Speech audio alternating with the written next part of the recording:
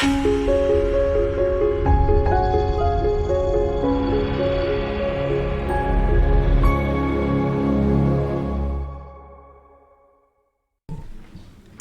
bah, on va commencer.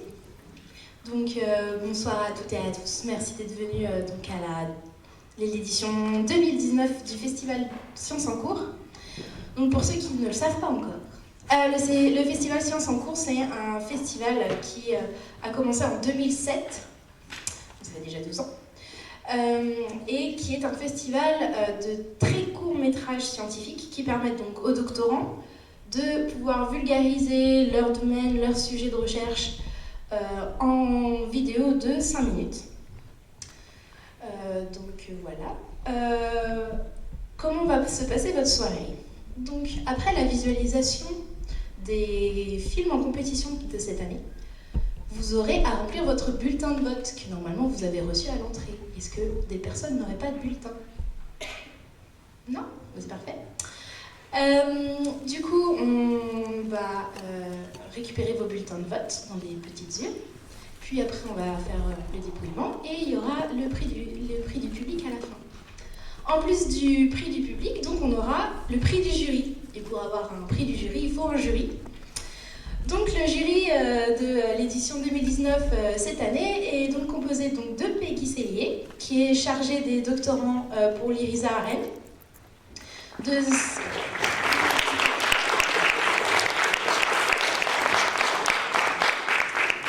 de Sébastien Carassou, qui est donc astrophysicien et vidéaste, et qui donc s'occupe de la chaîne Sense of Wonder.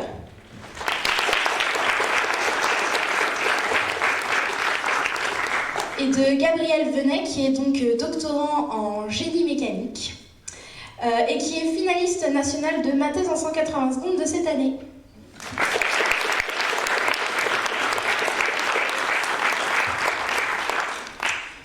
Je vous souhaite une très bonne soirée.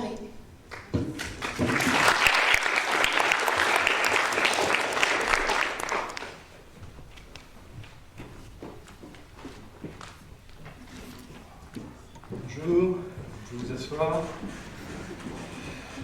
Alors, la partie amusante et informelle de la soirée étant terminée, merci Méline, on va pouvoir commencer vraiment dans le dur du sujet. Et donc, comme vous le savez certainement, cette conférence s'articule autour de la question de la place de la science dans la société.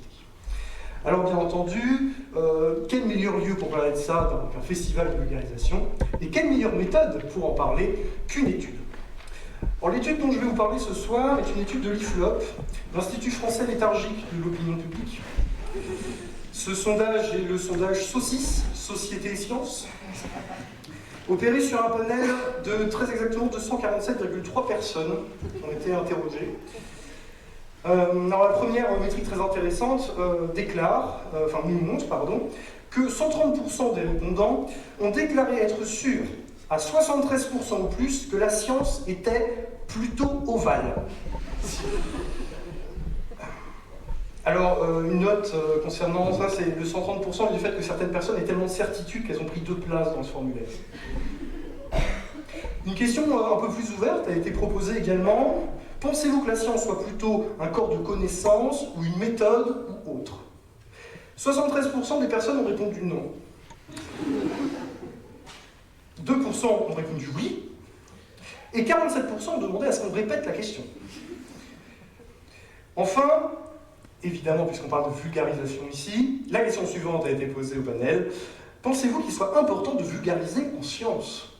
Alors, les résultats sont très intéressants, puisque 43% des personnes ont demandé à ce qu'on les laisse tranquilles, 27% ont demandé à être payés pour continuer de répondre, et 10% ont déclaré, je cite, « Je pense qu'il faudrait demander ». Alors, ce sondage, je vais l'apprendre avec des pincettes, puisque 97% des lecteurs de ce sondage ont déclaré, je cite, que le sondage était peu informatif. Et à peu près 113% de ces 97% ont proposé une amélioration à l'aide d'un micro-trottoir. Alors le micro-trottoir a l'avantage, contrairement à une étude scientifique de l'IFLOP, d'être en vidéo, et également d'être un processus scientifique vachement plus réputé, vachement plus construit qu'une étude sur un panel de personnes. Pas un micro-trottoir, avec des gens qui parlent au micro. propose de regarder, notre équipe d'organisateurs a demandé à des gens, c'est le principe d'un micro-trottoir, à demander à poser des questions à propos de la science. Bonne visualisation.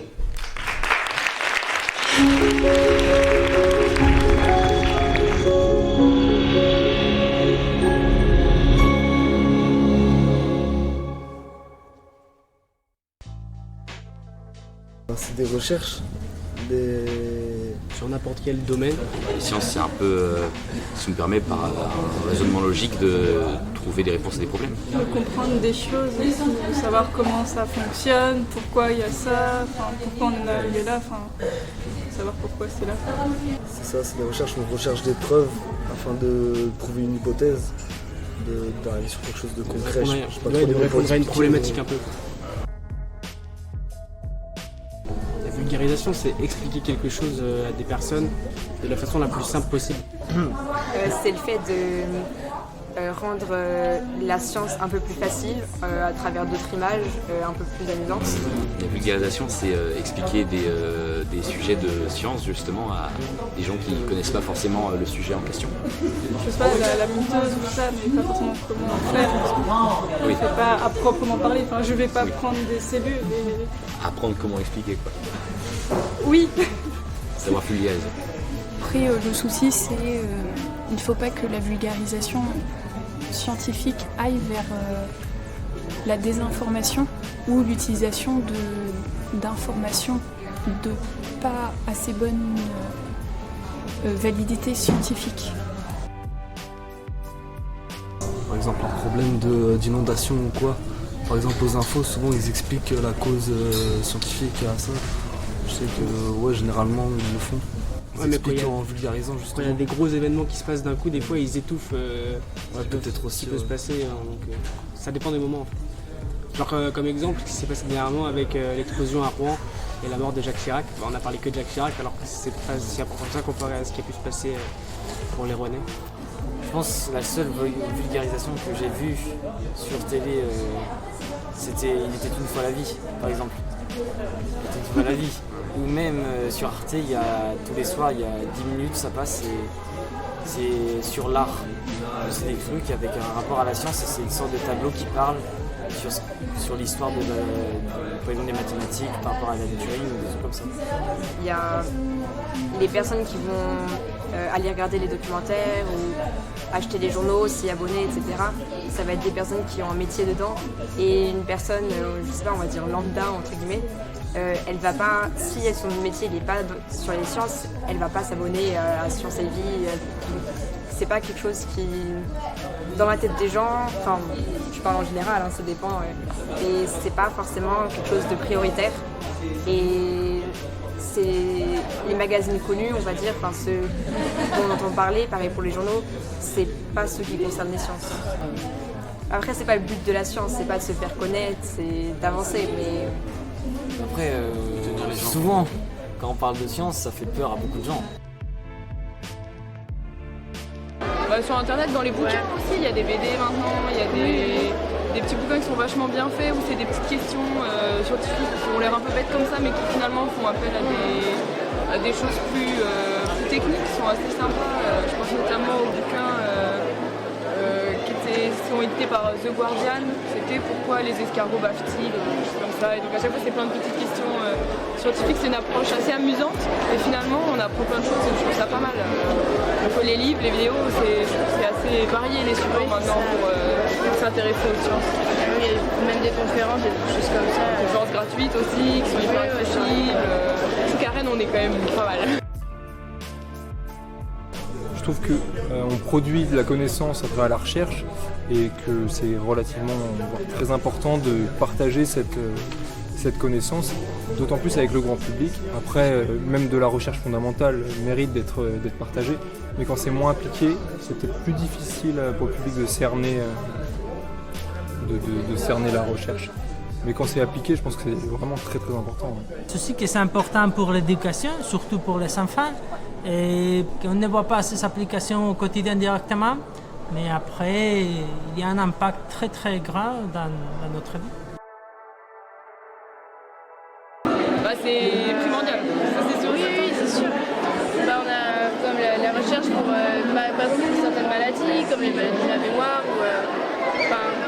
important aussi de Pour développer des nouveaux médicaments, des nouveaux traitements, découvrir des nouvelles choses, comprendre des nouveaux phénomènes. Moi, je pense que c'est bien s'il y avait un peu plus de financement pour la recherche en France. Bien sûr. Mais voilà.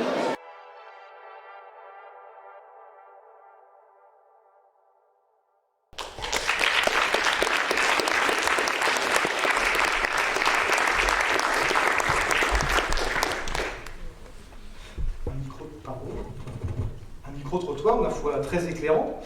On y retrouve les principales idées qui s'axent autour de la science, la connaissance, un peu de méthode, et puis à la fin on apprend des trucs, et puis tout le monde est content. Ce qui ressort normalement, c'est que si la méthode scientifique est ce qui permet à l'expert de comprendre des choses sur le réel, et que la vulgarisation est ce qui permet au non-expert de comprendre ce que raconte l'expert, est-ce que c'est suffisant ? A-t-on vraiment intérêt à juste faire de la vulgarisation qui consisterait à inonder les gens de savoir? Bien sûr que non. La méthode scientifique en elle-même doit être source de vulgarisation. Et c'est d'ailleurs le sujet du prochain film. Je vous laisse donc le visualiser. C'est le premier film de Sciences en cours en compétition cette année. Bon visionnage.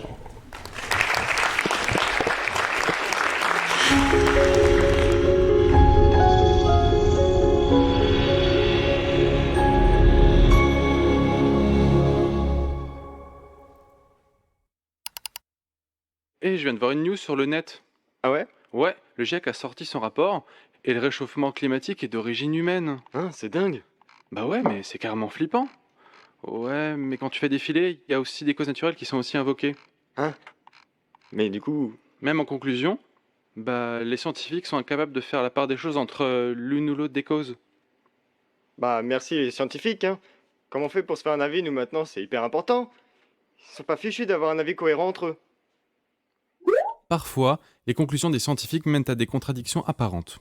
Nous pouvons nous sentir perdus pour savoir qui a raison, qui croire et comment trancher pour se faire une opinion, comme la situation dans laquelle se retrouvent nos deux personnages. Donc, comment s'y prendre ? Reprenons ici l'exemple du réchauffement climatique. Aujourd'hui, nous sommes convaincus que le réchauffement a été amorcé par les activités humaines. Mais en 1990, c'était loin d'être acquis. Comment pouvait-on se faire un avis à l'époque ? Ouais, parce que j'ai envie de me faire une opinion, moi. Pour répondre à ces questions, il est nécessaire de comprendre la démarche scientifique. Le GIEC, pour Groupe d'experts intergouvernemental sur l'évolution du climat, produit des rapports qui représentent une synthèse des connaissances scientifiques à une époque donnée sur le système complexe qu'est le climat. Ces synthèses évaluent les impacts des processus naturels comme le cycle solaire ou les éruptions volcaniques, et aussi les impacts des activités humaines, notamment la production du fameux CO2. Ok, je vois. Mais comment elles sont produites ces connaissances? Est-ce qu'elles sont fiables? Pour produire une connaissance, les chercheurs font des études à travers des expériences en laboratoire, par analyse de données récoltées sur le terrain, ou encore par des modélisations numériques. Ces différentes études permettent de tester une hypothèse. Un exemple d'hypothèse, l'activité solaire participe à l'élévation de la température. Une fois l'étude réalisée, il est nécessaire de vérifier sa fiabilité. Pour cela, elle va dans un premier temps être relue par un comité de chercheurs indépendants qui va vérifier la rigueur de la méthode utilisée. On nomme ce processus la relecture par les pairs. Si l'étude passe cette étape, elle est publiée dans une revue scientifique et mise à disposition des chercheurs dans le monde qui pourront alors reproduire la méthode utilisée et ainsi augmenter sa fiabilité. C'est la réplication des résultats.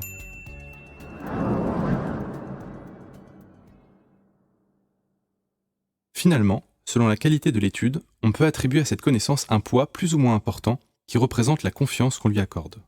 Il faut comprendre là que ce processus de vérification est souvent très long et peut prendre plusieurs mois. Bon, je suis un peu paumé là, mais comment on se fait un avis du coup? Attends, laisse-moi t'expliquer.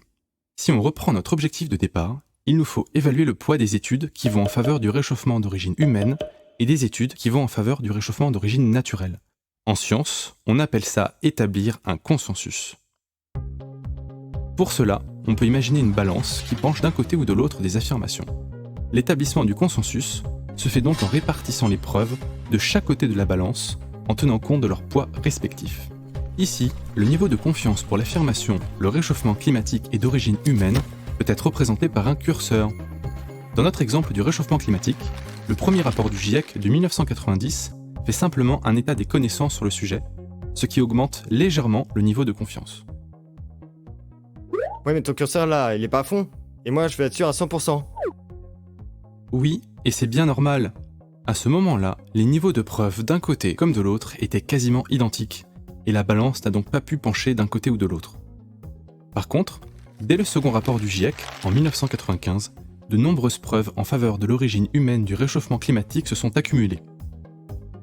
Cette tendance se poursuit avec le troisième rapport du GIEC de 2001, où le réchauffement climatique est probablement d'origine humaine. En 2007, le GIEC conclut que le réchauffement climatique est très probablement dû aux activités humaines. Enfin, le dernier rapport de 2013 conclut qu'il est extrêmement probable que le dérèglement observé soit induit par l'humain. Aujourd'hui, le consensus est établi. Que conclure de cet exemple ? Se faire une opinion sur une question scientifique, ça prend du temps, de la production d'une étude jusqu'au consensus. En 1990, il n'y avait pas de consensus défini sur la question de l'origine du réchauffement. Dans ce cas, il faut savoir accepter que nous manquons de connaissances pour avoir une opinion tranchée sur le sujet. Nous observons que le curseur, aujourd'hui, n'est toujours pas à son maximum. Et en réalité, il ne le sera jamais, parce qu'en science, on ne pourra pas admettre qu'une théorie est vraie à 100%. De nouvelles études pourraient renverser la balance. Et pour cela, il faut que ces études soient suffisamment nombreuses, ou d'un poids suffisant, c'est-à-dire d'une grande certitude, pour arriver à renverser le consensus. Ici, nous avons pris l'exemple du réchauffement climatique. Mais, bien entendu, cette méthode est applicable à d'autres questions scientifiques. Bon du coup tu vois, lorsque les études scientifiques sont contradictoires, c'est qu'il n'y a peut-être pas encore consensus sur une question. Et finalement, une étude scientifique, c'est pas du tout suffisant pour avoir une opinion tranchée sur une question. Oui, je crois que j'ai compris. Faut juste que je sois moins tranché et une étude, c'est pas suffisant. Exactement, une étude, c'est pas suffisant. Ça a l'air simple. Je ferai attention.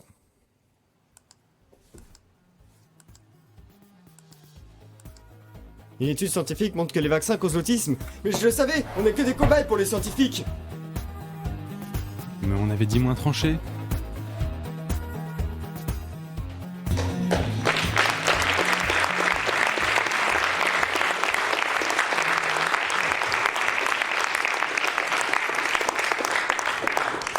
Merci pour eux. Nous allons pouvoir accueillir sur scène les deux doctorants réalisateurs ainsi que le camarade Michael qui va s'occuper des questions. Messieurs, si vous voulez bien vous présenter.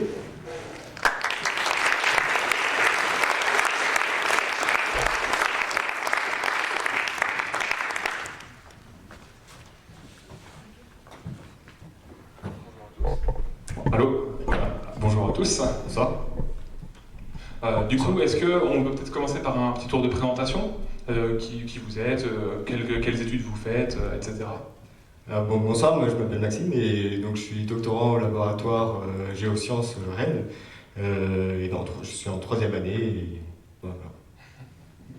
Bonsoir à tous. Alors, moi je m'appelle Loris et je suis futur doctorant. Je suis un peu le vilain petit canard ici. Très bien, merci beaucoup. Alors, on peut peut-être commencer par faire un tour du public. Est-ce que du coup le public a des questions par rapport au film que vous venez de voir, que ce soit sur le côté scientifique ou le côté technique du film? Pas de questions pour l'instant, c'est normal. Du coup, on voit dans votre court-métrage que vous avez pris une approche très générale en fait, de parler du processus scientifique, de la science avec un grand S, et pas d'un sujet plus particulier du coup de vos thèses, enfin de ta thèse du coup. Pourquoi du coup une telle direction, pourquoi une telle approche? En fait, lors de l'appel des organisateurs du festival, donc l'an dernier, on était déjà avec Loris dans une mouvance de vouloir vulgariser la science. Et donc on s'est dit que c'était l'opportunité pour le faire, et notamment aux formations que propose Sciences en cours. Et c'est aussi à cette période-là dans notre entourage, on observait on a beaucoup de débats à propos de la science et ce que ça apporte. Et beaucoup de gens parler de la science sans vraiment la connaître. Et dans ce processus de production de la connaissance. Mais également, par exemple, comme on peut voir dans les médias, on insiste beaucoup dans la vidéo, où on observe souvent dans un article du journal, une étude scientifique a montré que, sauf que, en science, on sait très bien, une étude, c'est pas plus compliqué que ça. Voilà, c'est plus compliqué que ça. Du coup, pour rebondir un peu sur ce que disait Maxime, on est parti du constat que la science était devenue comme un argument d'autorité et que, effectivement, notamment dans les journaux ou dans les médias ou sur les réseaux sociaux, où une étude scientifique montre que c'est pas suffisant. Et finalement, cet argument d'autorité, ça empêche de comprendre la méthode qu'il y a derrière. Donc cette méthode est mal comprise et souvent mal appliquée dans les débats. Et du coup, le postulat qu'on fait avec Maxime, c'est de se dire que c'est primordial de comprendre la méthode qu'il y a derrière pour justement être capable que tout un chacun, tout citoyen lambda, puisse se faire une opinion justement sur une question scientifique d'actualité, notamment les énergies ou la santé. Donc ça permet justement d'aider à se faire une opinion, de comprendre la méthode qu'il y a derrière ce qu'on appelle la méthode scientifique. Et du coup, en parlant de tout un chacun, si les gens devaient, en sortant de la séance, retenir un message par rapport à votre film pour justement transmettre comment aborder facilement la question de la méthode scientifique, qu'est-ce que vous avez ? Pour moi, le principal message, c'est que la science, c'est un processus qui est complexe et qui est tout en nuances, et que du coup, lorsqu'il faut invoquer la science dans un débat ou pour défendre une idée, il faut pouvoir s'ajuster justement à cette nuance et être plus nuancé, plus mesuré dans ses propos, parce que la science, c'est pas quelque chose de binaire, c'est pas un oui ou un non, ça marche ou ça marche pas. Donc pour moi, c'est le message principal qu'il faut retenir de cette vidéo, justement. Oui, j'ajouterais, c'est souvent, du coup, quand les débats qu'on peut avoir avec notre entourage, etc., souvent ils invoquent la science, ils ont des avis très tranchés, et puis quand on commence à parler sur le sujet en question, on se rend compte que, en fait, mais ça nous arrive aussi, souvent la première intuition, c'est qu'on est très tranché de notre opinion, mais en fait, quand on se questionne, est-ce que j'ai des raisons d'être aussi tranché ? Et en fait, voilà, on a voulu apporter un peu c'est quelque chose qui est assez intuitif, juste pour remettre un peu de clarté dans les débats. En fait. Merci.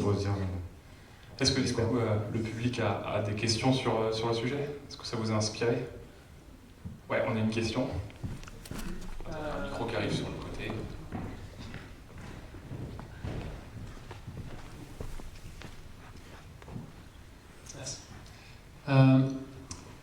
Ça m'a inspiré une question parce que vous avez, à la fin de votre vidéo, vous dites que le rapport du GIEC conclut que c'est extrêmement probable que le réchauffement climatique soit d'origine humaine.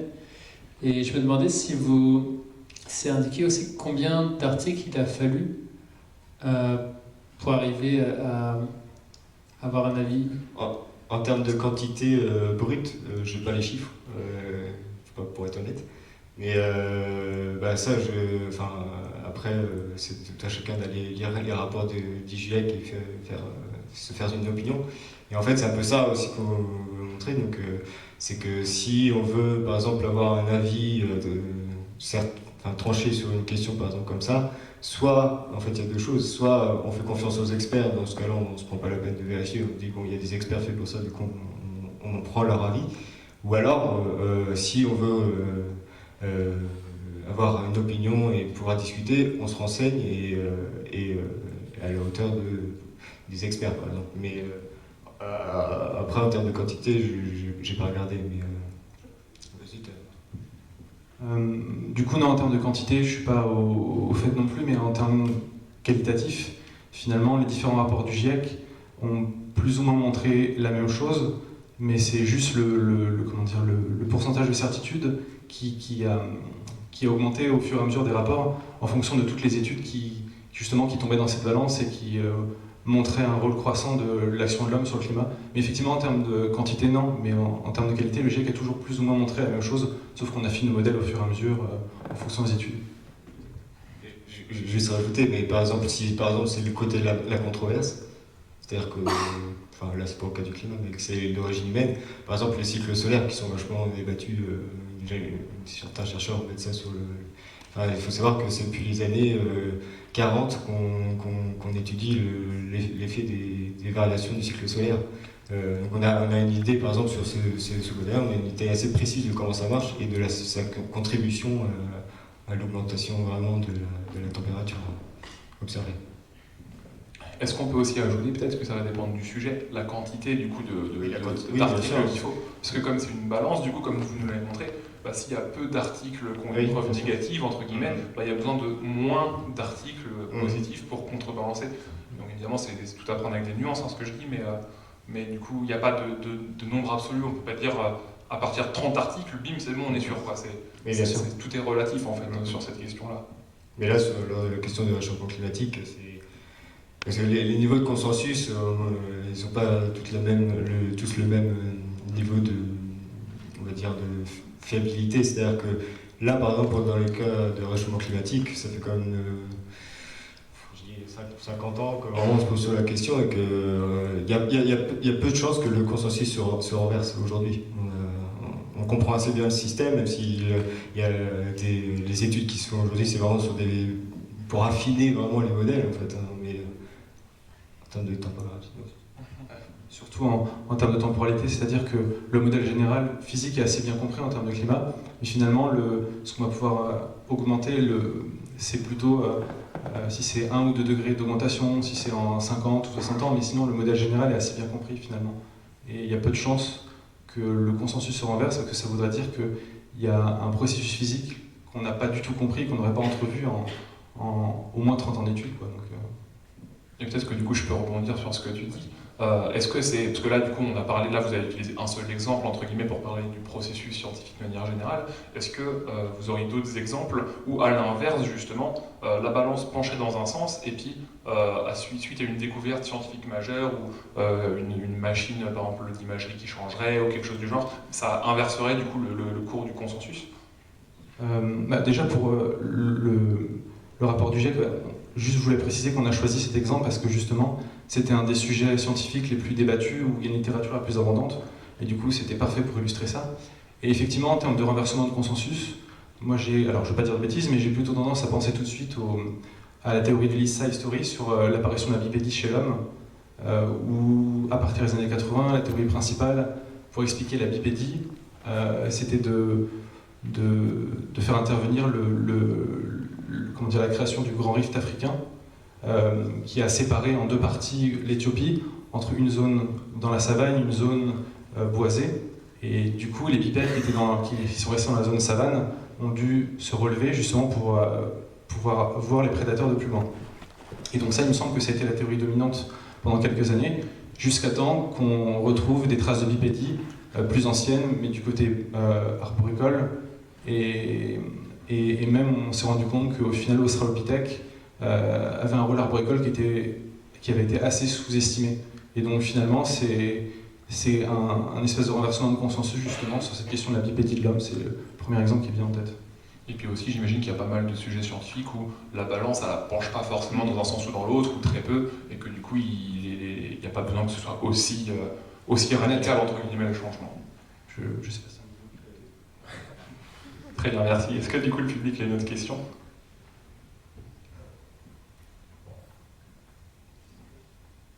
Du coup, est-ce que peut-être tu peux nous parler un peu de ta thèse?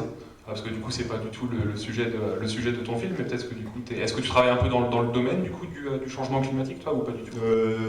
C'est éloigné, enfin disons il y a des applications. Moi je travaille à comprendre l'impact des glaciers sur le paysage, donc et son évolution. Je fais des modèles numériques pour prédire ça. Et voilà. C'est pas l'application du climat. L'application du climat derrière, c'est toujours d'essayer de comprendre la dynamique des glaciers pour d'une part préciser les modèles passés, c'est-à-dire les modèles paléoclimatiques. Si on comprend comment la glace impacte le paysage, on peut utiliser des méthodes pour tracer son évolution dans le paysage et peut-être attribuer au signal qu'on observe l'empreinte glaciaire. Et par exemple, dans le cas du Groenland, on peut dire il y a 30 millions d'années, la calotte glaciaire du Groenland était en place. Et où aussi. Mais ça permet aussi d'affiner les modèles pour les prédictions futures. Alors, il y en a pas mal, justement pour l'évolution des glaciers, notamment alpins aussi, donc avec le changement climatique. Très bien, merci. Du coup, j'enchaîne aussi sur une autre question qui n'a rien à voir. On a vu du coup dans votre film que vous utilisez de l'animation, un mélange entre de l'animation et puis du film en prise de vue réelle. Est-ce que du coup c'était un processus compliqué? Est-ce que c'est vous qui avez fait l'animation ou pas, etc. Oui, on a pris des décisions. l'écriture, de l'écriture du scénario jusqu'à la production finale de la vidéo, ça nous a pris à peu près 3 mois. Pour 5 minutes. Et du coup, parce qu'on a pris des décisions voilà, au fur et à mesure par exemple de faire de l'animation alors qu'on n'avait aucun skill dedans. Mais du coup, ça nous a permis, parce qu'on était attirés par ça, et du coup, ça nous a permis d'apprendre beaucoup dessus et c'est très, très, très sympa. Pour rester dans le même thème que Sciences en cours, au final, Sciences en cours nous permettait d'apprendre à filmer. Et on s'est dit, autant apprendre tout d'un coup, donc on n'avait aucune connaissance sur l'animation. Et on s'est mis notamment à Blender justement pour animer alors qu'on partait de zéro tous les deux. Donc ouais, ça a été un processus créatif de A à Z finalement, apprendre à tourner, apprendre à gérer la lumière, le son et ouais, apprendre à faire de l'animation alors qu'au final c'était pas prévu. On a décidé de se rajouter des bâtons du coup. Mais voilà. Très bien, merci. Est-ce que du coup le public a une dernière question avant qu'on passe au groupe suivant? Pas de question. Si, une question en haut. Donc oui, donc moi j'ai trouvé ça bien équilibré, votre mélange entre animation et personnages. C'était très agréable. Je voulais revenir sur cette histoire de poids, parce que vous avez fait une balance. Et ce poids, il me semble être de nature très différente selon les sciences, en particulier entre les sciences dites dures et les sciences humaines, où on a plutôt d'un côté, par exemple, la précision, des mesures et des modèles qui intervient, et puis de l'autre, il y a l'argumentation qui a une importance majeure, le nombre d'arguments échangés, la qualité des arguments. Est-ce que vous avez pensé à ces aspects de différence entre les sciences du poids Oui, ce concept du poids, enfin, c'est vraiment pour, oui, on l'a fait pour illustrer le concept. Il n'y a pas des critères. Enfin, par exemple, dans les sciences médicales, pas que, mais il y a par exemple des études qui jugent les anciennes études. On appelle ça des méta-analyses et elles reprennent les données des anciennes études. Et donc, pour essayer de les répliquer, effectivement. Et à partir de ça, elles peuvent effectivement juger de la pertinence ou la qualité même des données des anciennes études. Nous, on l'a illustré de façon très globale, mais effectivement, dans chacun des domaines, ces critères vont être différents. On va peut-être juger les données ou les conditions expérimentales, etc. En vulgarisant un peu, en restant le plus grossier possible, une étude prospective sur un échantillon de, je sais pas moi, sur 10 éléments pendant une semaine, ça aura peut-être moins de poids qu'une étude sur 200 échantillons pendant 5 ans. Donc en fait, on va pouvoir assez simplement pour estimer que l'une a plus de poids que l'autre en théorie. Mais on a pas mal débattu justement pour comment représenter la fiabilité d'une étude et pourquoi une étude devait être plus fiable qu'une autre, et on est resté sur ce concept de poids en fait, parce qu'on trouvait que ça illustrait pas trop mal, mais c'est pour la balance finalement. Mais merci beaucoup pour vos réponses en tout cas. Du coup, on va passer au film suivant.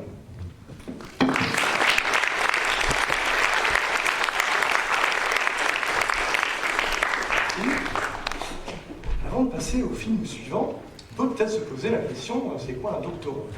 Alors pour ça, plutôt qu'un exposé de 2 heures, je vous propose une fable. Alors, oubliez peut-être un petit peu les mythes homériques, avec les grands héros grecs, avec les pectoraux huilés, le kikiki. Imaginez plutôt le doctorant avec les cernes grandes comme ça, et puis les pieds qui traînent sur le tapis du labo. Vous serez dans l'ambiance. Un doctorant commençait sa première année. Comme tous les doctorants avant lui, il s'efforçait de constituer sa bibliographie. Il lisait en grand nombre des journaux, des papiers. Il lisait, le soir venu s'endormait, le cerveau plein de nouvelles idées. Il lisait, de la théorie des études, des applications. Il lisait toute la journée de cœur et de passion. Mais avant que l'année ne s'achève, le doctorant commença à entendre, en son fort intérieur, une voix. Elle n'était alors que murmure, il ne la comprenait pas, mais une nuit, elle devint claire, forte, et avait le ton de ceux qui savaient qu'il ne fallait pas poser leurs questions. Alors, mon cher doctorant, tu t'amuses, Tu t'instruis, tu apprends, mais quid de ta publication? Le doctorant fut comme physiquement frappé par cette interrogation. Pour tout dire, il ne s'était jamais posé. Pour le restant de la nuit, il garda les yeux ouverts et l'esprit paralysé. Et dans les minutes qui suivirent, perdit le sommeil, accroché à sa couverture, les yeux ronds fixant le plafond. Il pensait, quand pourrais-je publier? Peut-être, mais la première participation peut être parfaitement prosaïque. Pas besoin de partir passionné pour présenter une prouesse palpitante. N'ai-je pas perdu ma première année à lire en oubliant que pour trouver, il faut chercher? Le doctorant avait vendu le sommeil, la passion, mais pas la raison. Ne voulant céder à la folie, à cette voix qui le hantait les nuits. Excusez-moi. Il alla voir sa directrice de thèse pour lui communiquer ses appréhensions. Elle avait été à sa place. Elle avait de l'expérience. Elle saurait aider son apprenti. Mon cher doctorant, directrice de thèse, si la recherche est une autoroute, la première année de thèse n'est rien d'autre que la bretelle qui permet d'y accéder. Et si nul ne voyage en y restant coincé, chacun se doit pourtant de l'emprunter. Il n'y a rien d'anormal à y passer une année. Et le doctorant retrouva la joie, le sommeil, la passion. La science ne l'intimide pas à publier aujourd'hui, ni demain. Il termina sa première année sans crainte de la voix au ton sournois. Sur ce, je vous laisse avec le prochain.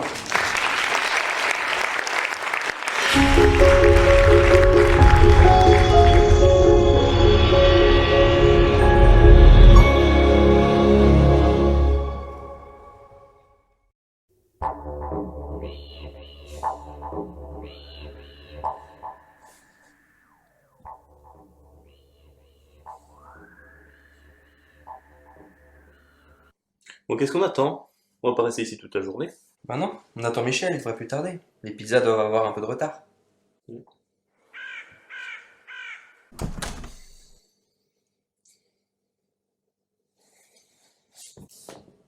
Sinon, il paraît que tu fais une thèse. Qu'est-ce que tu fais pendant ta thèse? Ah bah écoute, je fais de la génomique comparative. De la génomique comparative, c'est quoi? Si tu veux, je recherche un lien de ressemblance entre moi et mon chien. Entre toi et ton chien? Enfin, le chien en général. Le chien en général. Mais non, pas celui-là. Allez, viens, je vais t'expliquer. Voilà, commençons par débarrasser tout ça. Hop là. Tiens. Voici la vie. Enfin, l'arbre de la vie. Ok, c'est là que nous montre les relations de parenté entre toutes les espèces. Oui, tout à fait. Maintenant, si tu zoomes jusqu'aux branches, tu peux obtenir les espèces actuelles. On peut, par exemple, retrouver ici l'espèce humaine.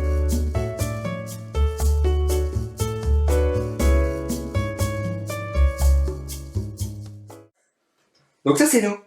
On peut alors regarder de quoi fait une personne lambda. Oui. Bon, pas lui, c'est une personne, il est un peu à part. Hein. Une personne n'importe laquelle autre. Ah, voilà un bon exemple du genre humain. Un organisme vivant, il est constitué de cellules, et l'humain ne fait pas exception. En voici une par exemple. Cette cellule, elle contient un noyau. Et dedans, on retrouve l'ADN. L'ADN, c'est le support de l'information génétique de toutes les espèces vivantes. Il est composé de 4 éléments. A, T, G et C. Et sur cet ADN, on retrouve des gènes. De ces gènes, des transcrits vont être produits, puis traduits en protéines, utilisées par l'organisme pour fonctionner.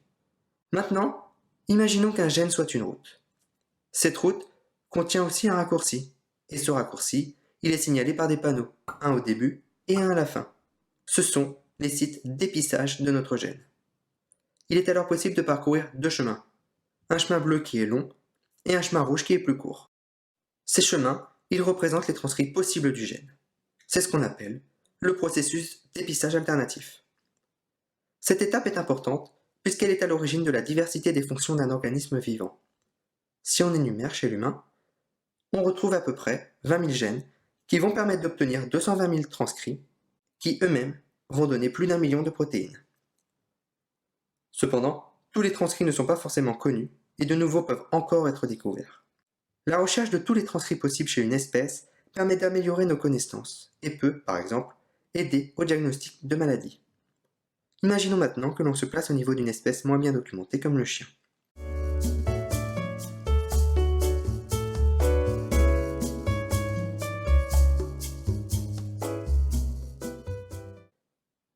L'humain partage 90% de ses gènes avec le chien. Ces gènes communs entre les deux espèces sont appelés des orthologues. Dans l'exemple, chez le chien, seul un chemin est actuellement connu. Mais en regardant le gène du chien de plus près, on peut s'apercevoir que le panneau du début du raccourci existe, de même que celui de la fin du raccourci. On en déduit donc que le raccourci est également retrouvé chez le chien, mais n'est pas encore connu.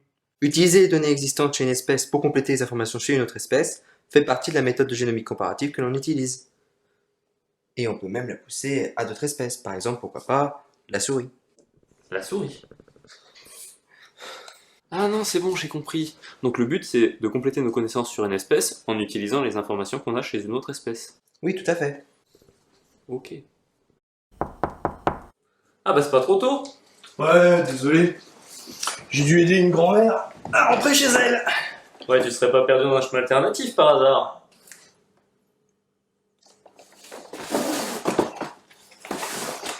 T'es toujours tes heures, toi?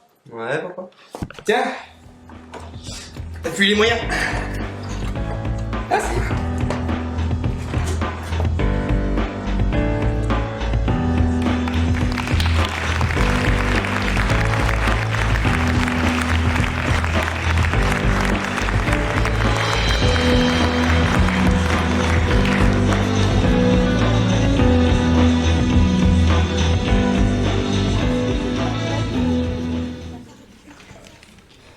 Nous allons maintenant accueillir les deux doctorants réalisateurs sur scène, ainsi que le camarade Mickey pour les questions.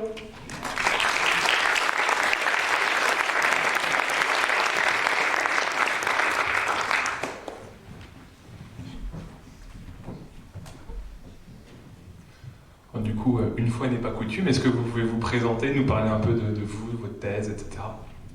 D'accord, donc moi c'est Nicolas, je suis actuellement en thèse de bioinformatique ici sur le campus de Beaulieu dans le laboratoire de l'IRISA.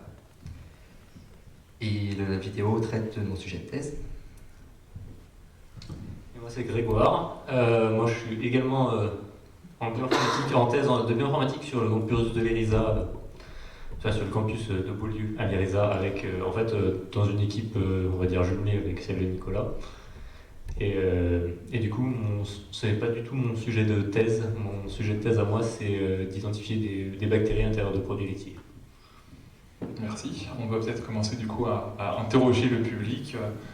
Est-ce que du coup vous avez des interrogations par rapport au film que vous venez de voir? Ouais, il y a une question à gauche. Bonsoir, merci pour votre vidéo, c'était très intéressant. J'ai juste une question, peut-être une question un peu bête, mais donc les signaux où vous dites que vous pouvez voir les panneaux Start et les panneaux End, est-ce que c'est possible qu'il y ait ces signaux-là, mais qu'il n'y ait pas de raccourci entre les chemins? Alors oui, c'est possible, parce qu'en fait ces petits signaux-là, c'est des très courtes séquences, et ces séquences on les retrouve un peu partout, et il faut vraiment avoir un contexte précis pour que ces signaux deviennent vraiment des panneaux de début ou de fin de raccourci, pour pouvoir engendrer un autre chemin ou non. Mais ça dépend vraiment du contexte, de la séquence, mais aussi de plein d'autres choses aussi. D'accord, donc il peut y avoir ces panneaux-là, mais le signal est différent si jamais il y a un raccourci ou pas. Tout à fait. D'accord, ok, merci. Est-ce qu'il y a d'autres questions? Est-ce que le jury a une question? Est-ce que le jury a une question? Ouais.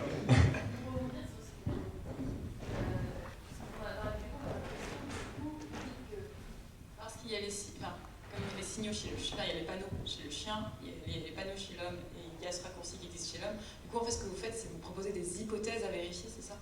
Si je comprends bien. Alors oui, ce sont des hypothèses, mais ce n'est pas juste à la recherche de panneaux. On teste d'autres d'autres informations. Notamment, en fait, pour proposer justement ces fameux transcrits dont on parle, on vérifie qu'ils vont avoir le bon sens de lecture, le bon cadre, parce qu'en fait, on lit les informations selon un signal spécifique qui se propage tout le long des séquences, et on ne va pas déduire de chemin si, par exemple, on ne respecte pas certaines conditions. Donc, on propose, oui, des hypothèses, parce qu'on a le contexte des séquences le propose, et on n'a rien qui peut s'y opposer, hormis peut-être le fait qu'on ne les connaît encore pas pour le moment, ou peut-être parce qu'on a des notions de régulation qu'on est en train de rechercher actuellement. J'avais une autre question, mais je ne sais pas si quelqu'un d'autre. Du coup, c'est comment dans le cadre de votre recherche, vous êtes en bioinfo, donc vous menez des expériences biologiques, vous récupérez des données et ensuite que vous transformez en données informatiques et ensuite vous cherchez des choses, ou je ne sais pas en fait comment vous faites exactement votre recherche. Alors justement sur cette méthode-là, parce que cette méthode-là, elle m'est utile dans ma recherche, mais ce n'est pas moi qui l'ai créée, je m'en sers, je l'ai un peu complétée. C'est une méthode en fait qui transforme les séquences, du coup on récupère ces données et on les transforme en objets informatiques pour pouvoir ensuite les traiter derrière. Parce qu'on ne peut pas mémoriser des séquences directement. Vous ne faites pas de manipulation dans des... On va rechercher au sein des séquences, oui, mais c'est vraiment traité par des objets derrière. Pour rajouter, de manière générale, en bioinformatique, on traite souvent tout ce qui est données biologiques, mais informatisées. Et tout ce qui est partie manipulation, en fait, c'est plus les biologistes qui s'en occupent. D'accord, merci. Est-ce qu'il y a d'autres questions? Ouais. Alors, tout d'abord, merci beaucoup pour votre présentation. J'ai beaucoup apprécié. J'avais une petite question. Qu'est-ce qui va déterminer si oui ou non le raccourci va être emprunté ou pas? Parce qu'il y a deux routes, il y a la grande autoroute, il y a le raccourci. Pourquoi on prendrait l'un et pas l'autre? Eh bien justement, ça c'est tout un sujet de recherche, c'est mon sujet de thèse. Et comme je disais, en fait, on va avoir certains chemins qui vont se faire selon des situations précises, selon des conditions environnementales, selon le stress, différentes choses en fait que l'organisme va subir. Et selon les besoins, en fait, le corps va faire en sorte que les gènes produisent tel ou tel transcrit, donc passer par tel ou tel chemin. Et c'est tissu spécifique. Donc on peut avoir un certain chemin qui va être fait par exemple au cerveau, mais qui ne sera pas fait dans le muscle. Et en fait, c'est vraiment des conditions de régulation qui sont différentes selon le contexte. Et est-ce que, à tout hasard, ça fait partie des mécanismes qui permettent à la base, à la naissance, de déterminer si une cellule va se transformer en cellule de muscle ou si une cellule va se transformer en neurone? Alors ça peut être un peu le cas, mais c'est surtout des signaux qui vont s'impliquer sur les gènes. Donc oui, on a des gènes du développement qui vont être activés qu'à certaines périodes du développement. J'ai l'exemple des gènes OX chez la drosophile par exemple. Voilà, c'est plus bio. Mais en fait, on a des gènes qui s'activent selon les périodes du développement précisément, et après qui ne sont plus activés, et d'autres ensuite prennent le relais. Ouais, ça peut servir aussi au développement. C'est vraiment des conditions environnementales qui vont créer que certains gènes vont exprimer tel ou tel produit ou autre. Merci beaucoup.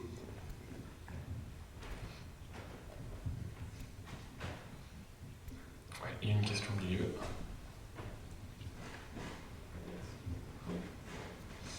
Bonsoir, donc bravo pour votre création déjà. Moi j'avais une question, c'était par rapport, alors si j'ai bien compris, il y a les génomes qu'on peut décomposer après en transcrits et après décomposer en protéines. À peu près? À peu près, oui. D'accord. Je veux savoir si dans le processus, est-ce qu'on commence d'abord par détecter les génomes, puis les transcrits, puis les protéines, ou est-ce qu'on peut aussi remonter à l'inverse? S'il y a une protéine qui est présente, est-ce que ça veut dire qu'il y a ce transcrit-là qui est là, et donc le génome aussi Alors, c'est compliqué, parce que comme on a pu montrer tout à l'heure dans la vidéo, il y a une énumération qu'on a faite. On voit qu'un seul gène ne va pas faire un seul transcrit, ni une seule protéine, mais il peut faire différents transcrits et différentes protéines. En fait, une protéine, c'est un peu spécial parce que ça se lit, une lettre en fait correspond à 3 acides nucléiques, c'est ce qu'on dit, donc c'est 3 lettres de l'ADN. Et en fait, Une même lettre de la protéine peut être 3 autres lettres du gène, mais qui peuvent être différentes. Donc on ne peut pas monter directement, mais on peut estimer, oui, mais c'est un peu compliqué. C'est mieux de partir dans le sens gène transcrit protéine. Mais il y a des études qui font.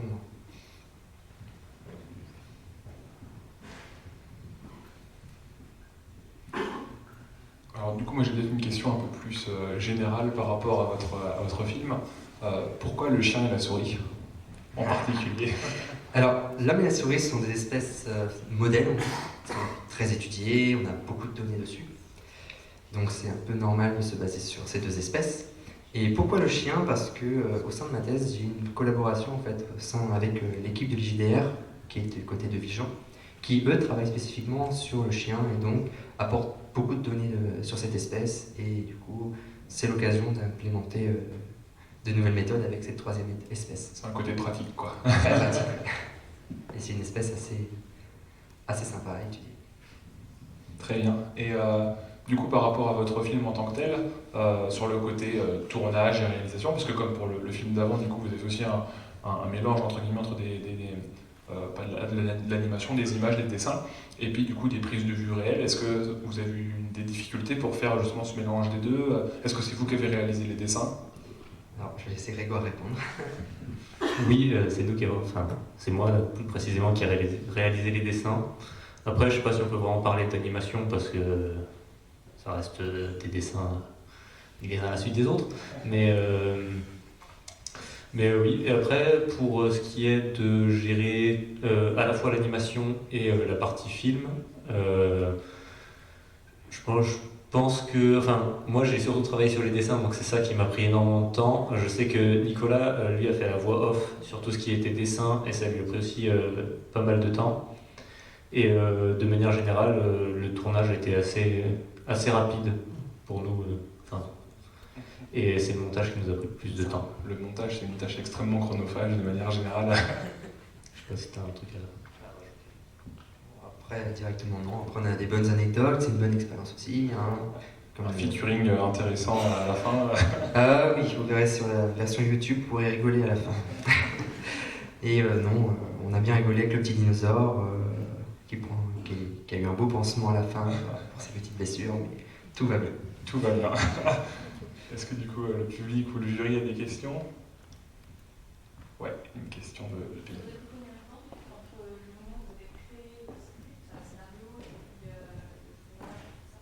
Alors, combien de temps depuis le début du scénario jusqu'au montage? Alors, le scénario, il a été fait une première version, on refait une deuxième, on fait une troisième, on passe pas mal de temps. Globalement, plusieurs jours.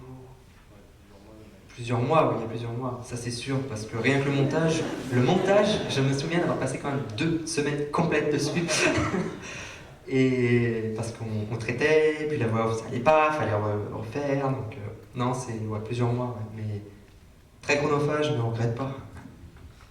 Bah, pour ajouter, moi j'ai mis beaucoup de temps pour faire les dessins, ça m'a pris pas mal de temps, surtout la blague du chien en général qui, franchement, il fallait pas la faire parce que le dessin m'a pris beaucoup de temps.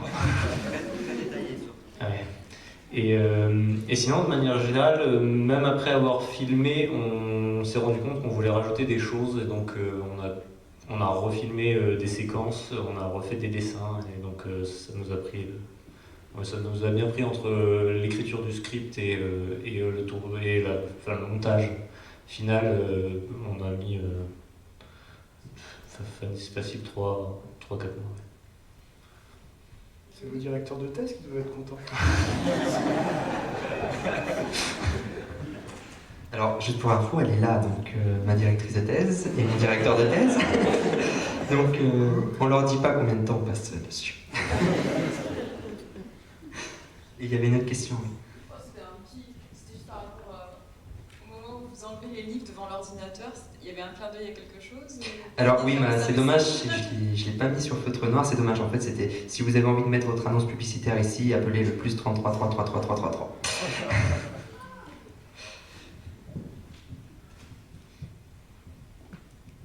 Une dernière question du coup? Très bien, merci beaucoup pour vos réponses. Je vous remercie.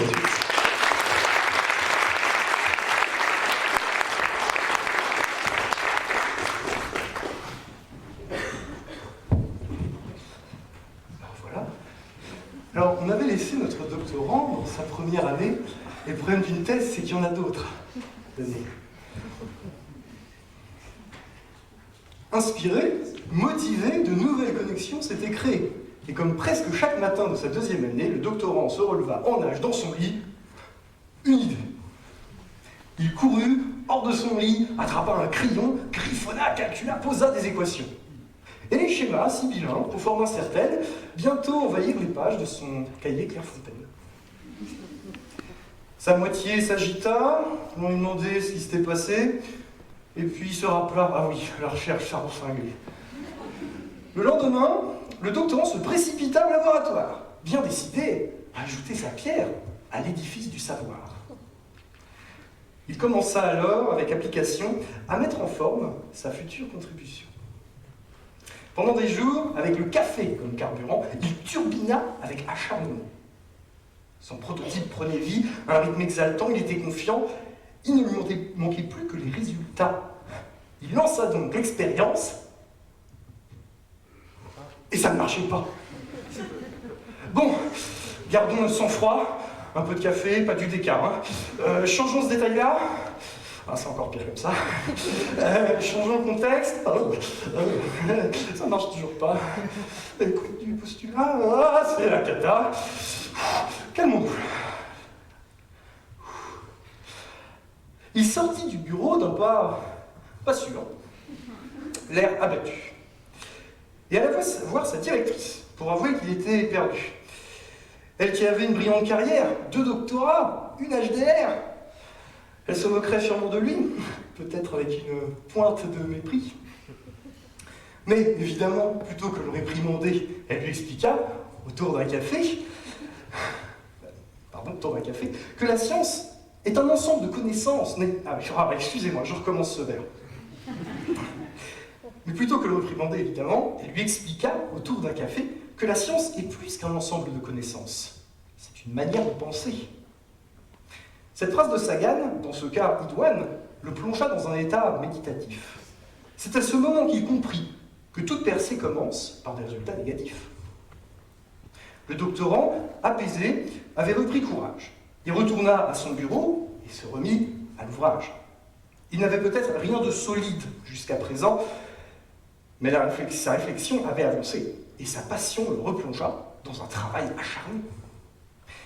Mais alors qu'il voyait défiler les jours, les semaines, les mois, les saisons, une perle de sueur commençait à grossir sur son front. « Et que vais-je faire » se demande-t-il. « Toujours pas de résultat. Est-ce qu'ils ont toujours pas de résultat? Je n'ai toujours pas de publication. Est-ce qu'ils embauchent encore dans cette SS2I près de Lyon? Non. » Il regarda autour de lui, constata que ses camarades, eux aussi, vivaient la même chose que lui. La pression, la dépression, l'apéro et une pente de pression. Je vous laisse avec le prochain film.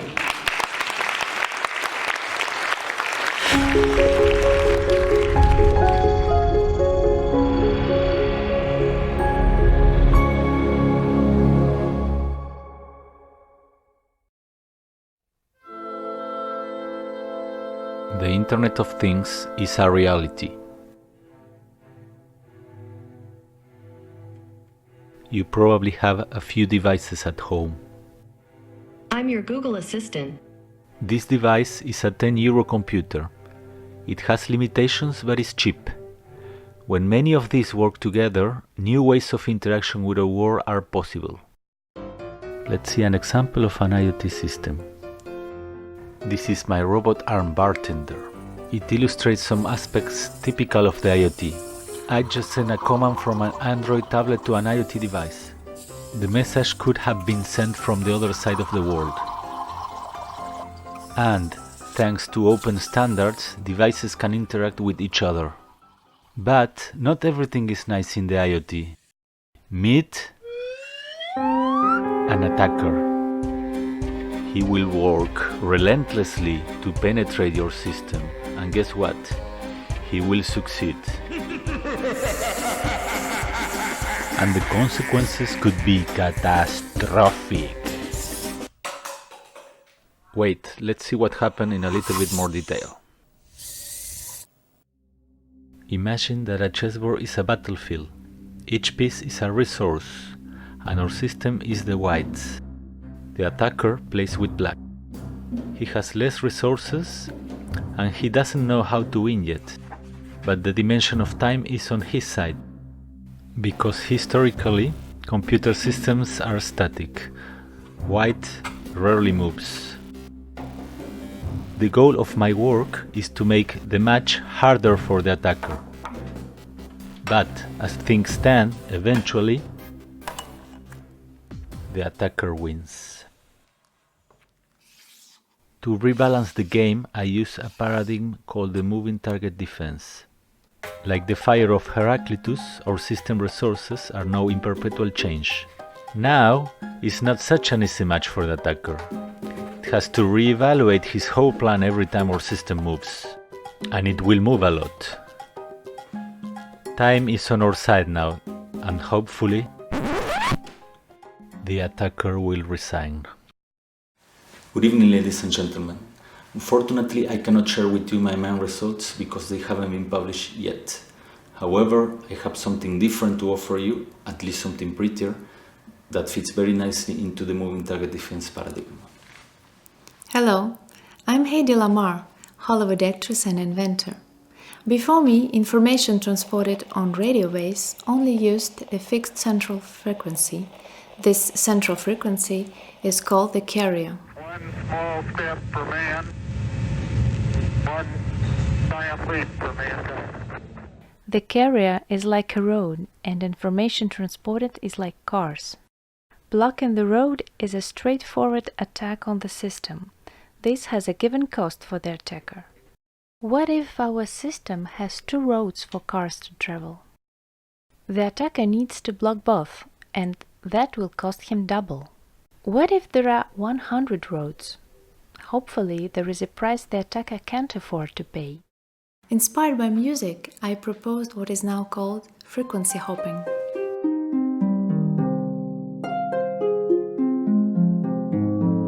The carrier is chosen according to a pre-established order.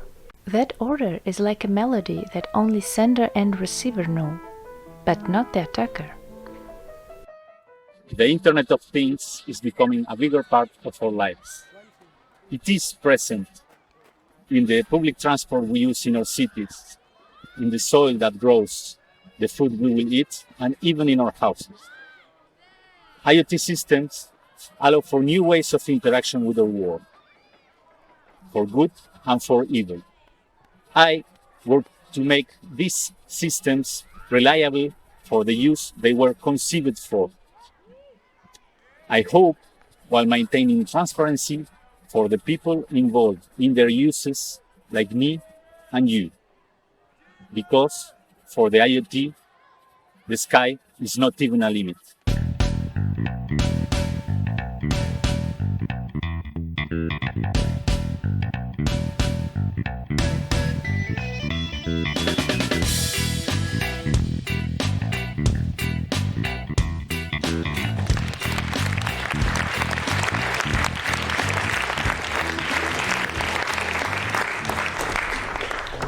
Accueillir les doctorants réalisateurs, le doctorant réalisateur, excusez-moi, ainsi que Guy pour la séance de questions. N'hésitez pas à aller, ça fait plaisir.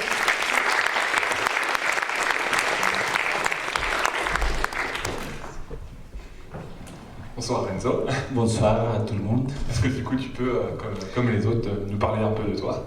Oui, je m'appelle Renzo Navas et je fais une thèse en troisième année en IMT Atlantique ici en face. Dans le domaine de la sécurité pour l'Internet des objets. Merci. Alors du coup, interrogeons le public. Est-ce que du coup, le public ou le jury a une question par rapport au film que vous venez de voir? Ouais, une question jury. Et puis un micro qui arrive.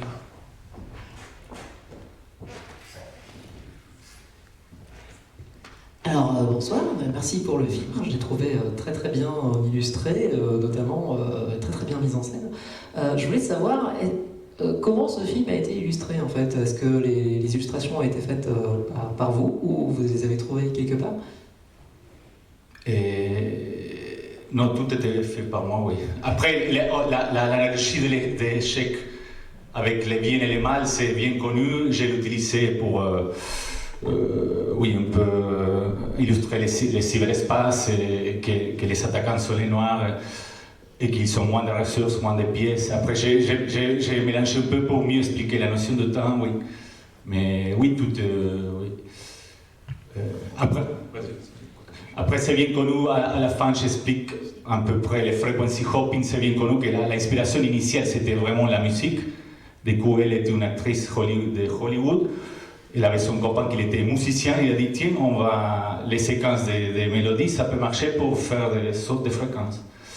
Et là, du coup, oui, j'ai repris ça et fait un visuel un peu. Merci. Voilà. Et du coup, le lien entre les deux, parce que donc, au début, vous présentez donc, cette histoire d'attaquant et donc en fait le lien c'est le fait de bouger tout le temps en fait comme pour les fréquences où on va changer en fait tout le temps. Oui, comme concept c'est intuitif mais c'est très générique. Bouger tout le temps ça a l'air d'être bien mais après qu'est-ce qu'on va bouger? C'est que les coûts de bouger pour les systèmes, peut-être que c'est trop coûteux pour bouger, il faut évaluer. Du coup la théorie des moving targets c'est bouger, après la théorie il faut l'appliquer à la réalité, il y a plusieurs propositions. Et moi, j'ai voulu illustrer les frequency hopping, c'est vraiment une chose qui peut appliquer assez facilement. Qu'est-ce qu'on va faire bouger? On va faire bouger les fréquences de transmission centrale. Mais l'idée, c'est faire bouger, peu importe la ressource. C'est vraiment une technique très haut niveau, on peut l'appliquer à plein de ressources. Oui, on peut faire, oui. Randomiser les systèmes opératifs, randomiser les clés, même si c'est à niveau topologie de nodes, randomiser les nodes, randomiser les rôles qui jouent chaque node dans son réseau. C'est vraiment très puissant, très générique, bon, il faut l'appliquer. Il y a des gens qui travaillent que pour la théorie, moi j'aime bien l'appliquer, alors je travaille pour l'appliquer. D'accord. Juste la question qu'on a posée aux autres, donc combien de temps ça vous a pris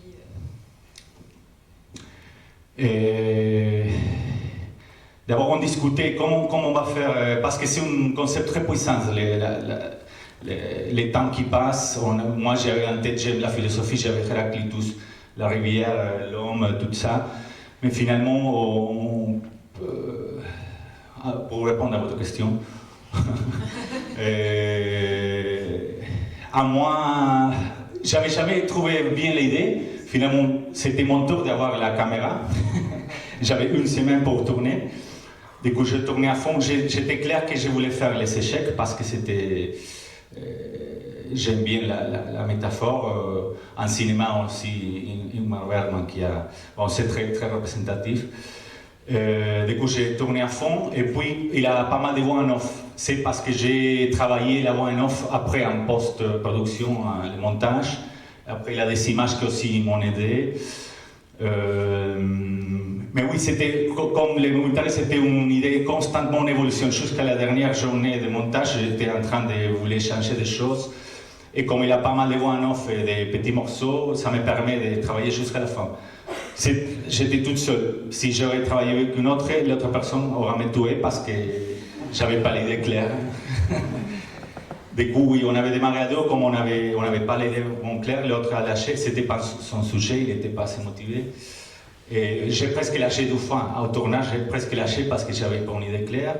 Et même après le tournage, il fallait monter quelque chose pour faire une histoire cohérente. J'ai presque lâché, heureusement, je n'ai pas lâché. Et voilà, mais c'était un peu chaotique. Oui. Et juste pour savoir, le drone, c'est aussi fourni avec la caméra ou Non, ça c'est un ami à moi. Ça aussi, ça avait nous l'idée de la métaphore, le ciel c'est les limites. Bon, on parlait de l'IoT même pas. Et non, c'est un ami, on a tourné. Oui, on a fait ce qu'on a pu. C'était un drone connecté. Oui, parce que les vidéos en fait, c'était pas enregistré dans une puce locale, c'était envoyé par wireless vers les portables. C'est pour ça aussi que la qualité c'était pas si bon. Mais oui, c'est un drone connecté. C'était piloté par les portables, je sais pas quoi. Est-ce qu'il y a d'autres questions dans le public? Ouais, en haut. Je vois pas. Alors si j'ai bien suivi dans votre film, il y avait au moins 3 types d'attaques. Il y avait prendre le contrôle sur un système, ça c'était pirater le barman. Il y avait 2, changer le message. Et on peut imaginer 3, c'est écouter le message alors que a priori j'aurais pas le droit de l'écouter, sans forcément le modifier. Et parmi au moins ces 3 aspects, quels sont ceux qui sont les plus importants dans le monde de l'Internet des objets? Oui. Non, je n'ai pas voulu illustrer les types d'attaques parce qu'en général, ils sont inconnus. Mais on connaît bien certains types d'attaques qui se répètent toujours. Vous savez bien exprimer. Un, c'est lire un message que ce n'était pas pour toi, ça c'est la confidentialité. Un autre, c'est changer, qui ne te regarde pas. Et moi, je travaille vraiment sur les attaques que je considère les plus basiques, qui s'appellent, c'est ça, arrêter la route, Denial of Service Attack. C'est empêcher la communication. Nous, on est en train de parler. Si quelqu'un se met à crier, on ne va pas s'entendre. Et même s'il ne change pas les messages, et s'il n'empêche pas, si elle n'entend pas ce qu'on discute, au moins il coupe la communication. Un système distribué sans communication, ça ne sert à rien. Alors pour moi, je travaille dans ma thèse en visant ce type d'attaque, c'est vraiment les plus basiques, que c'est attaquer la communication, tu ne peux plus discuter, tu ne peux rien faire. Après, il y a des attaques plus évoluées, comme essayer de changer les messages sans que tu te rendes compte. Que c'est les bras robotiques, c'est ça qu'il a fait, il a modifié les messages pour qu'il jette les verres. Et Moving Defense, à la base, c'est de dire on ne sait pas qu'est-ce que l'attaquant va faire. Parce que si on le sait, on peut prévoir. Mais finalement, les attaquants actuellement sont tellement dynamiques qu'on ne sait pas comment ils vont agir. Alors, le mieux qu'on peut faire, c'est être par défait en constant mouvement, en faire la vie, même si on n'est pas sûr qu'est-ce que c'est le but de l'attaquant. Je ne sais pas si je réponds à votre question, je ne crois pas. Oui, vous avez bien répondu, mais du coup j'en ai une deuxième, si j'ai encore le temps. Vous avez bien montré qu'effectivement le fait de faire le saut de fréquence, là, ça permettait de multiplier le nombre de routes. Mais après tout, on pourrait se dire aussi, si je tiens le rôle de l'attaquant, pour perturber votre message, est-ce que j'ai nécessairement besoin de bloquer les 100 routes? Si je torpille une seule des 100 routes, est-ce que ça ne perturbe pas déjà suffisamment votre message? Oui, c'est une bonne question. Si vous bloquez une route de 100, tu vas bloquer les 1% de mon information, statistiquement. Est-ce qu'il y a des techniques du côté attaquant aussi qui permettent de contrer ce genre de choses et comment vous l'anticipez? Oui, tout à fait. Si l'attaquant va détecter que tu es en train de bouger, alors il va essayer de prédire où tu vas bouger. C'est pour ça que là on a la théorie cryptographique. Ça, on essaye de ça rassembler à la Uniformly Distributed Function, que c'est impossible, mais il y a de bonnes choses qui s'approximent. Et finalement, toute la base mathématique de bouger sans être prédit, ça existe. Et ça va dépendre aussi de ta surface de mouvement. Si tu as que 2 valeurs possibles, c'est facile pour l'attaquant. Il attaque soit l'un, soit l'autre, soit les 2. Mais si on commence à avoir plus de possibilités de bouger, ça commence à être beaucoup plus complexe pour l'attaquant. Et aussi pour toi, selon ton coup de bouger de ce que tu appelles la surface sur laquelle tu vas bouger. Ce n'est pas le même changer une adresse numérique que changer de système opératif. Mais oui, il faut partir de l'hypothèse que les attaquants vont s'adapter à ta technique. Finalement, ta technique, c'est le principe de Kirchhoff encore. Il faut faire comme si l'attaquant va tout apprendre sur ton technique de mouvement, sauf une clé privée des mouvements. Et après, tu peux ajouter même des choses entropiques du monde physique pour ajouter encore plus de l'entropie. Finalement, on parle des choses entropiques. Mais oui, c'est toujours le jeu des souris et le raton. Avec le temps suffisant, l'attaquant va arriver pour te trouver. Alors, il faut bouger plus rapide que lui. Après, il faut paramétriser tout ça.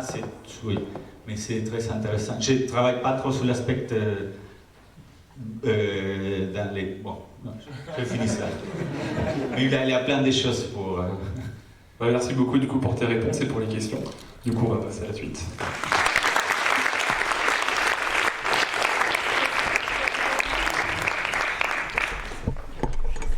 La 3e année pour un doctorant, c'est un peu la pire parce qu'il n'y en a plus après.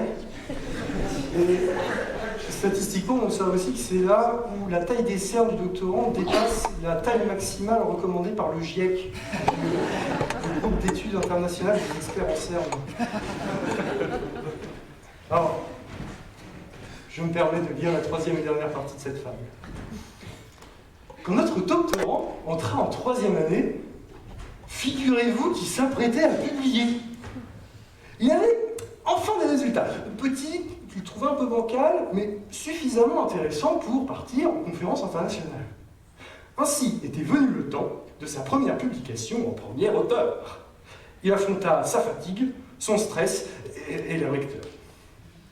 Et le papier fut envoyé, revu et accepté. Le doctorant craignait de devoir le présenter à un parterre d'experts en terre étrangère. Tremblant de peur, à l'idée de passer un mauvais quart d'heure, il monta sur l'estrade et présenta sa contribution. Et lorsque fut venu le temps des questions, il se surprit à répondre sans crainte ni tension. Parmi ces questions, toutefois, avait été une remarque d'un homme qui semblait dans le domaine avoir ses marques. Et ce commentaire le fit cogiter. Le soir même, pendant la soirée, le lendemain, de nouveau, au congrès, au retour dans le TGV, et chez lui, quand il est rentré, c'est là qu'il se dit, mais c'est une super idée. Les jours passaient, les résultats continuaient de s'améliorer. Quand sa directrice de thèse lança « Tiens donc, il serait peut-être temps d'alléger ». Il s'attela à la tâche, se vissa sur sa chaise. Mais sa page resta longtemps blanche, son inspiration au minimum, et puis soudain, il écrit « De tout temps les hommes ». Il posa, tout fier, sur le bureau de sa directrice, son premier chapitre, qui en vint couvert de rouge. Elle avait même barré les titres. Il en devint vert de rage. C'était elle qui avait choisi les titres.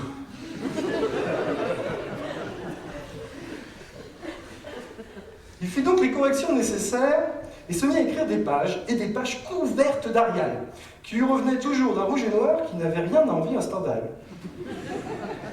Jusqu'à ce qu'un beau jour, ou plutôt une nuit, à quelques minutes de la date limite, il tient entre ses mains un bloc de feuilles plutôt lourd, son manuscrit. C'est alors qu'il regarda derrière lui et fut frappé d'une vision. Il ne pensait pas que le chemin parcouru avait été aussi long. Il ne voyait plus la petite colline au loin d'où il était parti. Lui qui avait passé toute sa thèse en pensant n'avoir rien produit.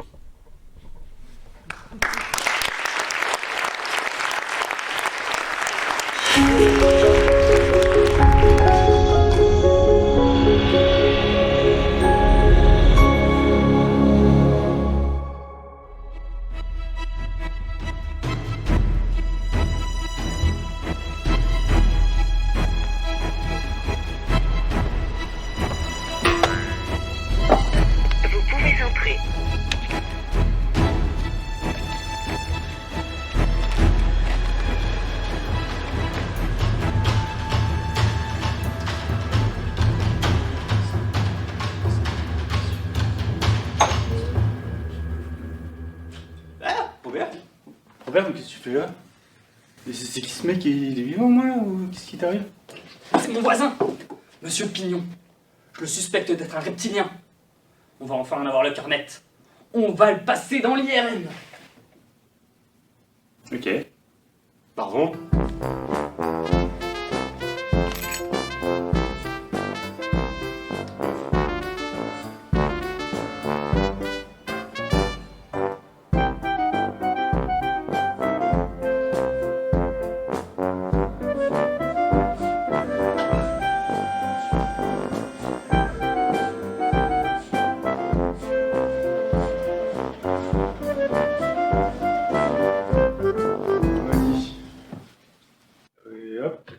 La séquence. Attends! J'ai pas mis mon casque anti-radiation! Mais non! Ça n'irradie pas. C'est que des champs magnétiques. IRM. Imagerie par résonance magnétique. C'est comme un gros aimant, y a aucun danger. Ce coup-là, j'y vais. C'est quoi ce bruit? Ah, c'est l'IRM. Pour avoir des champs magnétiques très puissants dans l'IRM, il faut faire passer des courants très intenses dans une bobine. Mais là, les courants sont tellement forts qu'on entend plus qu'un grésillement. Bon alors, C'est un reptilien ou pas? Non mais attends, c'est pas immédiat. Hein. Attends un petit peu. A few moments later. Donc voilà. Je le savais. Regardez, son cerveau a changé de forme. C'est un reptilien, j'en suis sûr. Non, c'est le même cerveau, c'est juste des points de vue différents. Et oui, en IRM, les images sont en 3 dimensions. Par conséquent, tandis qu'en 2 dimensions, les images sont composées de pixels, en 3 dimensions, on aura des voxels. Ouais, alors en fait, là, tu as une vue de côté. Donc ici, c'est l'avant. Tu vois notamment les yeux et le nez par là. Là-bas, c'est l'arrière. Tu vois qu'il y a des zones qui sont un petit peu plus gris foncé. Ça, c'est la matière grise. C'est le corps des neurones. Et des zones un petit peu plus gris clair, blanchâtre. Ça, c'est la substance blanche. C'est les connexions entre les neurones, si tu veux. Ouais, d'accord. Mais à quoi il pense?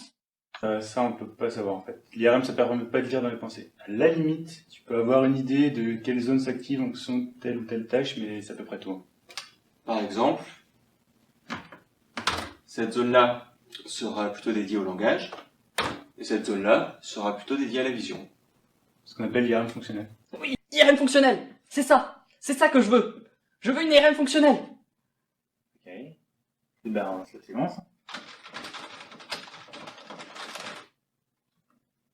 A few moments later. Donc voilà. Ici, plus c'est rouge, plus la zone est active.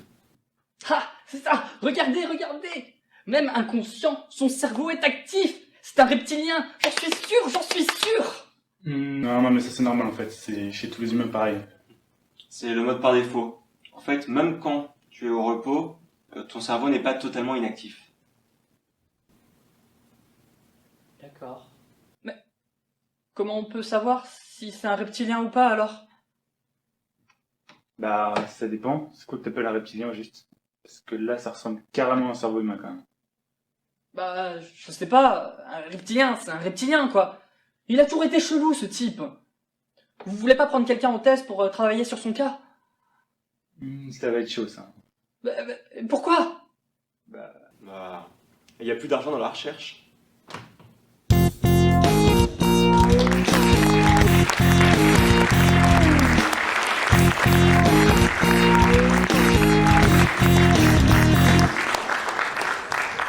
Messieurs les doctorants, bienvenue sur scène.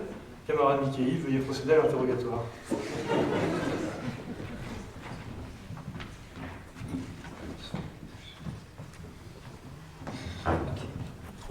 Du coup, comme pour les autres groupes, est-ce que vous pouvez vous présenter du coup au public, comment vous appelez, etc. Ouais, donc moi je m'appelle Raphaël, je commence ma 2e année de thèse à l'IRISA, le labo d'informatique de Beaulieu, et je travaille donc sur l'imagerie médicale sur les IRM.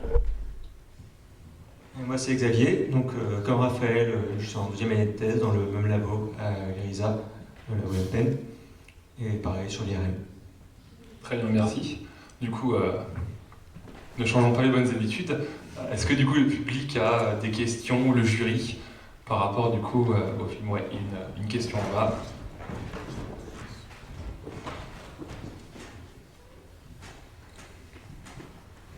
Alors, merci beaucoup pour cette très bonne vidéo. Et cette vidéo m'a intrigué à un moment dans la scène où on voit la personne être mise dans l'IRM. Je me posais la question sur le vêtement de celui qui procédait à l'opération. Est-ce que être en chaussettes dépareillées est nécessaire?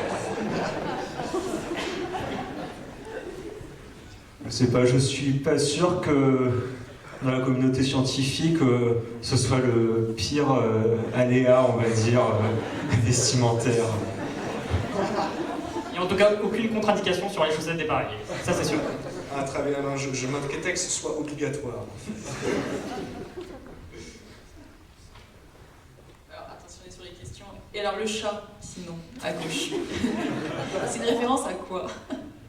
C'est pas une référence particulière à quoi que ce soit, c'était pour dynamiser un peu la scène. Dynamiser avec un chat? Bah, la preuve, ça me fait poser des questions. Ça marche bien. Alors sinon, du coup, j'ai votre recherche, donc vous travaillez sur l'IRM du cerveau. Et vous avez quoi comme application particulière? Vous travaillez sur, vous avez, je sais pas, vous êtes spécialisé sur des IRM pour les cerveaux des enfants ou des choses comme ça? En fait, là, du coup, dans la vidéo, on a montré deux types d'acquisitions différentes d'IRM. Donc la première, où on faisait une acquisition plutôt structurelle pour avoir le cerveau, comment il est structurellement en état fixe sans prendre en compte le temps. Et une deuxième acquisition, on était plutôt sur l'IRM fonctionnel, où on prenait vraiment l'activation du cerveau à un instant T. Mais en fait, là, on n'en a présenté que deux, mais il en existe beaucoup plus des techniques d'acquisition. Notamment celle sur laquelle moi je travaille en thèse, qui est l'imagerie de diffusion. Donc en fait, qui est une technique sur laquelle on va détecter en fait le mouvement des molécules dans le cerveau. Et donc, quand on connaît le mouvement des molécules, on va être capable de reconstituer la substance blanche qu'on a pu voir dans la vidéo, donc les connexions entre les axones. Donc en gros, si on connaît le mouvement des molécules, on peut reconstituer la tuyauterie. Et donc on peut faire tout plein de mesures. Qui de plus ignare qu'un complotiste et 12 personnages qui en est ressorti. Et comme ça, voilà. Le public ne s'identifie pas forcément à lui, et du coup, c'est pas le public qu'on prend pour un imbécile quand on fait nos explications. Là, du coup, c'était très réussi. Est-ce que c'est une question en haut? Non. Vous ne jouez pas très bien, il y a une lumière dans les yeux. Pas de questions? Si. Ah, deux questions. À l'IRM, avec la personne qui va effectuer des tâches, est-ce que vous faites des comparaisons aussi avec une personne qui va observer en fait une tâche qui est en train de se effectuer? Est-ce qu'il y a un regroupement entre la personne qui effectue une tâche et la personne qui va observer cette même tâche se faire effectuer? Je ne sais pas si vous... Je suis pas totalement sûr de comprendre la question, mais en fait, on peut considérer qu'une observation de quelque chose, c'est déjà une tâche en soi. Dire que lire un texte, c'est une tâche. On peut demander à la personne dans la machine de lire un texte ou de regarder quelqu'un effectuer une tâche, et ça va être on va appeler ça tâche, et on va dire que c'est ce que fait la personne qui est dans la machine. Parce qu'en soi, la personne ne peut pas bouger beaucoup. Donc le genre de tâche qu'on peut demander d'effectuer, c'est des pressions de la main, des vidéos à regarder, des trucs à lire. Oui, parce que c'est aussi ça le problème, on va dire, avec l'IRM, c'est que on peut seulement se restreindre à certains types de tâches parce que le mouvement est forcément limité, vu qu'on doit après essayer d'avoir, on corrige même les séquences d'images qu'on obtient pour avoir quelque chose de plus propre. On est obligé de se restreindre à des tâches qui n'impliquent pas de mouvement de la personne et surtout pas évidemment de mouvement de la tête. Donc généralement, ça peut être aussi des tâches d'observation où on va essayer de voir comment réagit le cerveau. Par exemple, l'observation de visages, des visages connus, des visages pas connus. Et du coup, tu as une question, Peggy? Ouais. Les capteurs qui, eux, permettent en fait de faire du mouvement et de capter l'activité cérébrale. Et vous ne positionnez pas du tout là-dessus, c'est autre chose en fait que vous cherchez à... Et après, donc, l'IRM fonctionnel, c'est un des moyens qui existent d'avoir des images du cerveau. L'avantage, en fait, donc il y a les électroencéphalogrammes, magnétoencéphalogrammes, il y a aussi les PET scans, donc comment dire, donc ça va être des techniques certainement permettre d'avoir seulement la surface du cerveau. Aussi, par exemple, pour les PET scans, on va avoir un inconvénient par rapport à l'IRM fonctionnel qui est que c'est invasif, c'est-à-dire il faut injecter un marqueur radioactif par voie sanguine, alors que l'IRM fonctionnel, c'est vraiment comme si on prenait une photo du cerveau, c'est aussi inoffensif que ça, on va dire. Et aussi l'autre avantage de l'IRM fonctionnel par rapport à quelque chose comme les PET scans, c'est qu'on peut voir en 3D et avec une très bonne résolution, ce qui n'était pas forcément le cas avec les PET scans. Et historique. Et donc, historiquement, l'IRM, donc, ça a apparu dans les années 50, mais le temps que ça se développe, c'est dans les années 80-90 que ça a commencé vraiment à supplanter du coup ces méthodes-là. Et comme ça a quand même beaucoup plus d'avantages que les autres méthodes, c'est devenu assez hégémonique. Et l'autre question, c'était juste le temps que ça vous a pris en fait pour faire votre petit court-métrage, comme la question que vous êtes tout le monde. Du coup, l'écriture du scénario, elle s'est faite très en amont du tournage. On y a passé, disons, quelques réunions à mettre le scénario au point et faire une première version, V2, V3, V finale, pour qu'à la fin, on ait une version totalement différente. Et finalement, le tournage, on a eu 2 matinées de tournage. Et en montage, disons, on y a passé quelques soirées pendant un bon mois. Entre le tournage et le rendu du film, il y a tous passé quelques soirées à faire du montage, chacun a traité. Plus, je remarque en plus que vous avez fait toute une partie en fond vert, ce qui est quand même assez impressionnant techniquement, c'est quelque chose qui n'est pas évident, puisque une moindre ombre ou un mauvais éclairage, etc., ou un plissage sur le fond vert derrière, et toute la scène est gâchée, il faut tout retourner, c'est assez compliqué. Donc là aussi, il y a un côté technique qui est assez impressionnant pour le coup. Personnellement, en tout cas, je trouve.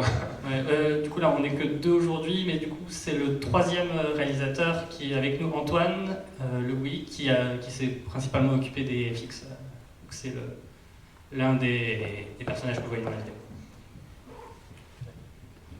Il y a aussi le fait qu'on ait eu accès à un fond vert qui nous a aussi donné envie d'en utiliser le potentiel autant que possible, comme vous avez pu le constater. C'est facile de faire des bêtises avec un fond vert. Très. Je reviens sur les questions sur les IRM en eux-mêmes. Dans le futur, dans les quelques années qui suivent, est-ce qu'on pourra avoir l'espoir d'avoir un IRM portable ? Là où justement on pourrait courir avec un truc sur la tête et puis on aurait toutes les infos. Est-ce qu'il y a un espoir peut-être ? Alors, déjà, avant même l'IRM portable, un IRM dans lequel on pourrait faire du mouvement et on pourrait faire des tâches en mouvement, ce serait déjà pas mal. Je sais pas exactement, personnellement, au niveau technique, quels sont les projets qui sont développés dans ce sens. Je sais pas si... Peut-être que dans un futur très lointain, ce sera peut-être le cas, mais il y a de sacrés progrès à faire. Parce que à l'heure d'aujourd'hui, un IRM, c'est plusieurs tonnes. Donc, pour passer à quelque chose de portable, il y a quelques étapes. Mais, sait-on jamais, dans les années 40, un ordinateur, c'était aussi plusieurs tonnes. Donc, peut-être. Merci beaucoup. Ouais, il y a une question à la droite.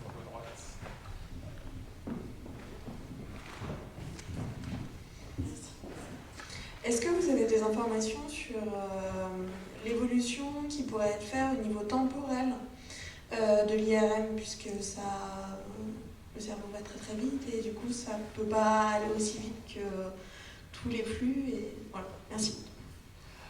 Oui, donc ça c'est vrai, donc je précise, donc, pour les IRM fonctionnels, à l'heure d'aujourd'hui, la résolution temporelle elle est à peu près de l'ordre de la seconde, de quelques secondes.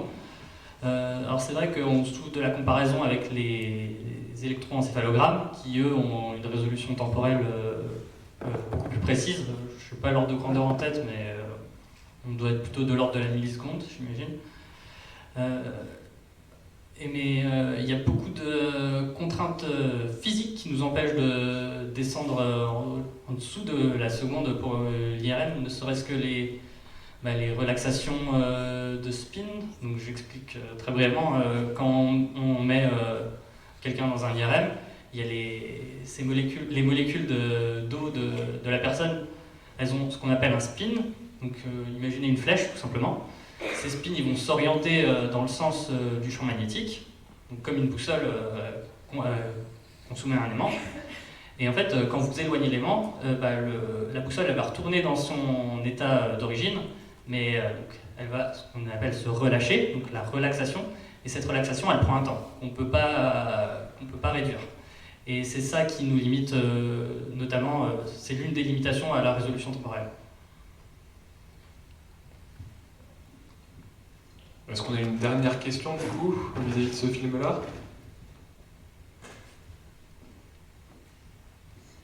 Pas de dernière question? Très bien, merci du coup pour vos réponses, merci pour vos questions.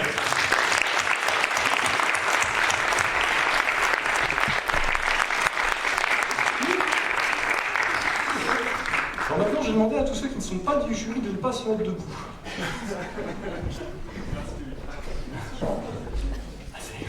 En effet, alors, monsieur et mesdames du jury, vous allez partir délibérer, et nous, pendant ce temps-là, on va faire un vote pour choisir le meilleur des 4 films que vous avez vus ce soir. Alors, des doctorants, de joyeux doctorants, vont porter des boîtes dans lesquelles vous pourrez mettre votre ticket de vote. Alors, je rappelle qu'il y a un truc, c'est que plus vous faites de pliage dans votre billet de vote, plus la délibération, le dépliage va prendre de temps. Et donc plus longtemps vous allez mettre avant de rentrer chez vous. Alors, comment procède-t-on pour voter? C'est très simple, on prend son bulletin de vote, moi je n'ai pas exactement le bulletin de vote, mais je mets bien, et on le plie de cette manière. Voilà, en deux là, comme ça. Alors, ça suffit largement. Ensuite, on se souvient qu'on a oublié de marquer le vote qu'on voulait mettre. Alors là, je considère qu'il vaut mieux le rouvrir, parce que si vous mettez juste le truc comme ça, en plein milieu, il y a des chances que ceux qui dépouillent ne prennent pas le temps de voir ce que vous avez fait.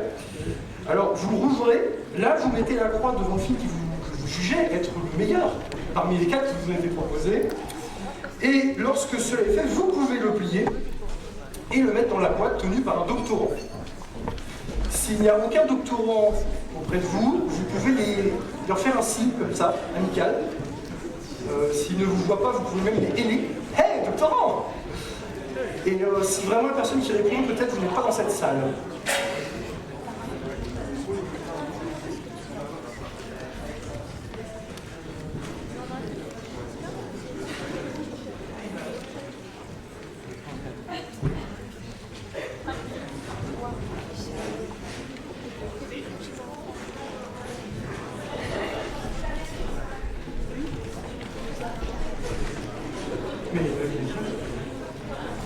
Oui, avec plaisir. Oui, j'enverrai. Il sera disponible d'une manière ou d'une autre.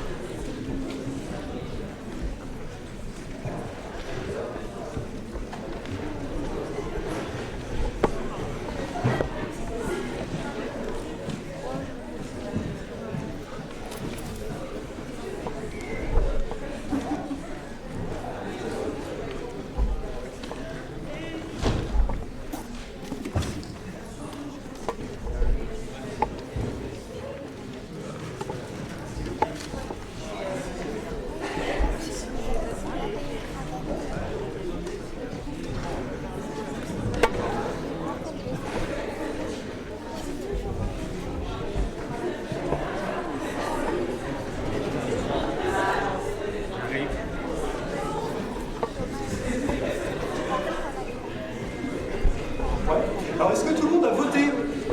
Ceux qui n'ont pas voté, levez la main. Bah attendez, on a 2 vainqueurs là-bas. C'est long de remplir le papier, hein, il y a au moins 2 côtés. Moi, la première fois que je l'ai vu, j'ai pas trouvé clair. Je savais pas s'il fallait rayer les noms des films ou s'il fallait cocher les carrés. Du coup, j'ai fait les 2. Et comme j'ai trouvé l'exercice intéressant, j'ai rempli tous les carrés et j'ai rayé tous les noms des films. Et après, on a dit que mon vote au bulletin était nul. Alors c'est bon, tout le monde a rempli. Eh bien, vous pouvez constater le départ des doctorants. C'est un peu comme un départ de migration, sauf que là, il y a un peu plus de boîtes et un petit peu moins d'ailes. Au revoir. Alors, on avait pensé à plusieurs activités pour vous occuper pendant le dépouillement et la délibération du jury. La première activité qui a été évoquée, c'était de faire une chorale avec les doctorants réalisateurs. Alors, dans la mesure où on ne les a pas prévenus en avance, que la majorité ne savent pas chanter et qu'on avait proposé de leur faire chanter Ave Maria ou la danse des canards, ils ont refusé. Ça ne se passera pas ce soir, je suis désolé. Cela étant dit, si vous en connaissez des doctorants à titre personnel, hein, ceux-là ou d'autres, hein, vous pouvez leur demander de chanter Ave Maria sans aucun problème. Alors, ce qu'on a proposé de manière un petit peu plus prosaïque, c'est tout simplement de vous montrer le film de l'année dernière.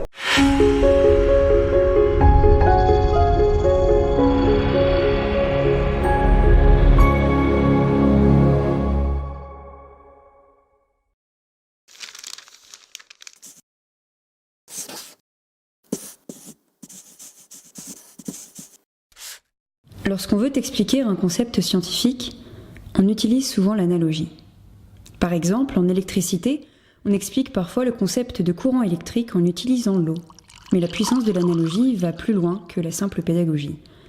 Les analogies peuvent être véritablement une source d'inspiration pour créer des modèles.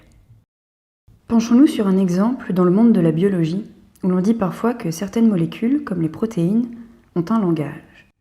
Pourquoi fait-on cette analogie ? Et surtout, en quoi peut-elle aider la recherche ? Pour expliquer pourquoi on l'a fait, regardons un moment notre corps. À chaque instant, il se passe des milliards de choses. Nos muscles se contractent, de l'oxygène est transporté depuis nos poumons jusqu'au reste de notre corps, des virus entrant dans notre organisme sont neutralisés. Agent 42 à Centrale, j'ai neutralisé la cible. Toutes ces actions sont réalisées grâce à des grosses molécules qu'on appelle protéines. Toutes ces protéines ont un aspect très différent. Et pourtant, à la base, elles sont toutes construites sur le même principe. Une protéine, c'est simplement une ou plusieurs longues chaînes de petites molécules qu'on appelle acides aminés. Il y a plusieurs types d'acides aminés, souvent représentés par différentes lettres. C'est donc un peu comme un collier avec des perles de différentes couleurs.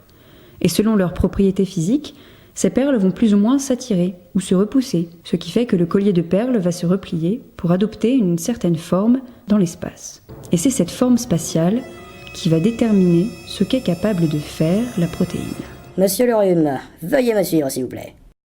Et donc, la fonction de la protéine, son rôle dans un organisme, dépend par conséquent directement de cet enchaînement de différents acides aminés. En fait, ça se passe comme si chaque acide aminé était un mot et qu'on plaçait ces mots les uns à la suite des autres pour obtenir une phrase, et le sens de la phrase correspondrait à ce à quoi sert la protéine. C'est comme si, par exemple, en mettant bout à bout ces mots, j'avais formé la phrase « Je suis une protéine de la famille des métallochaperones qui transporte du cuivre. » C'est pour cela que l'on parle parfois de langage pour les protéines. Et quelles analogies peut-on faire avec les langages que nous connaissons, comme le français ? Eh bien, il est possible d'exprimer des choses très similaires de plusieurs façons. Par exemple, les phrases « un randonneur a balancé le gros caillou dans le lac » et « un promeneur a jeté la pierre dans la mare » ne contiennent pas exactement les mêmes mots, mais ont des significations très similaires. C'est notamment dû au fait qu'elles contiennent des synonymes. Les mots promeneur et randonneur, par exemple, peuvent s'échanger sans qu'il n'y ait de conséquences pour le sens de la phrase. Et on retrouve des idées similaires dans les protéines. Au cours de l'évolution, il est possible que certains acides aminés soient substitués par d'autres sans que, généralement, cela ne change le sens de la phrase. Et ça, c'est un principe que des scientifiques utilisent pour essayer de deviner le rôle de certaines protéines. On regarde si la phrase formée par l'enchaînement des acides aminés ressemble à une autre phrase dont on connaît déjà la signification. Et si c'est le cas, on peut en déduire que ces phrases veulent dire plus ou moins la même chose. On dit que ces protéines ont le même langage et donc qu'elles font partie de la même famille. Mais on peut aussi trouver des phrases qui ont la même signification sans se réduire à une suite de synonymes.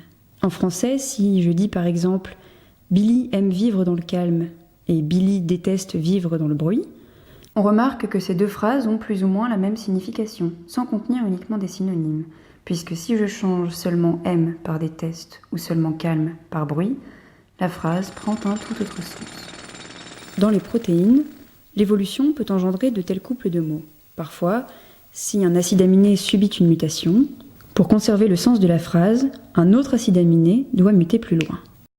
Ainsi, si l'on veut décrire le langage d'une famille entière de protéines, il faut aller plus loin que considérer simplement les synonymes dans les phrases et considérer des dépendances plus lointaines entre les mots.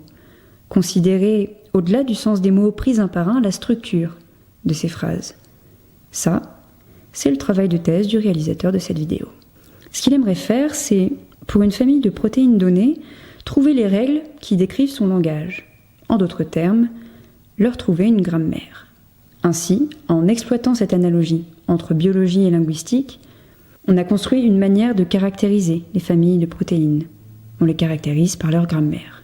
Et on va pouvoir s'en servir par exemple pour trouver la fonction de certaines protéines, en se basant sur le fait que des protéines qui ont le même langage sont de la même famille. Vous voyez ainsi que, en mettant en parallèle deux domaines qui en apparence n'ont rien à voir, on peut contribuer à faire avancer la recherche. Et il y a tant d'analogies qui n'ont pas encore été exploitées. À vous de jouer!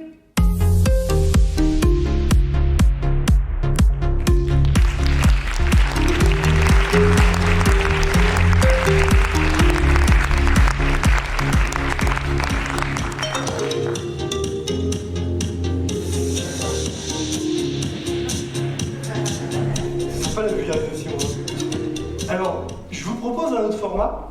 Vous connaissez certainement ma thèse en 180 secondes. Oui, j'ai cru que vous étiez endormis. Parce qu'en fait, je ne vois pas, là, vous êtes dans le noir. De toute façon, vous êtes tous partis. Non, ça va, je m'en entends quelques-uns. Donc, ma thèse en 180 secondes, vous connaissez certainement. Et ben, ce que je vous propose, c'est qu'on voit un des finalistes rennais, parce que, vocal. Voilà, pour le simple plaisir de voir quelqu'un de bien de chez nous faire de la vulgarisation dans un tout autre format.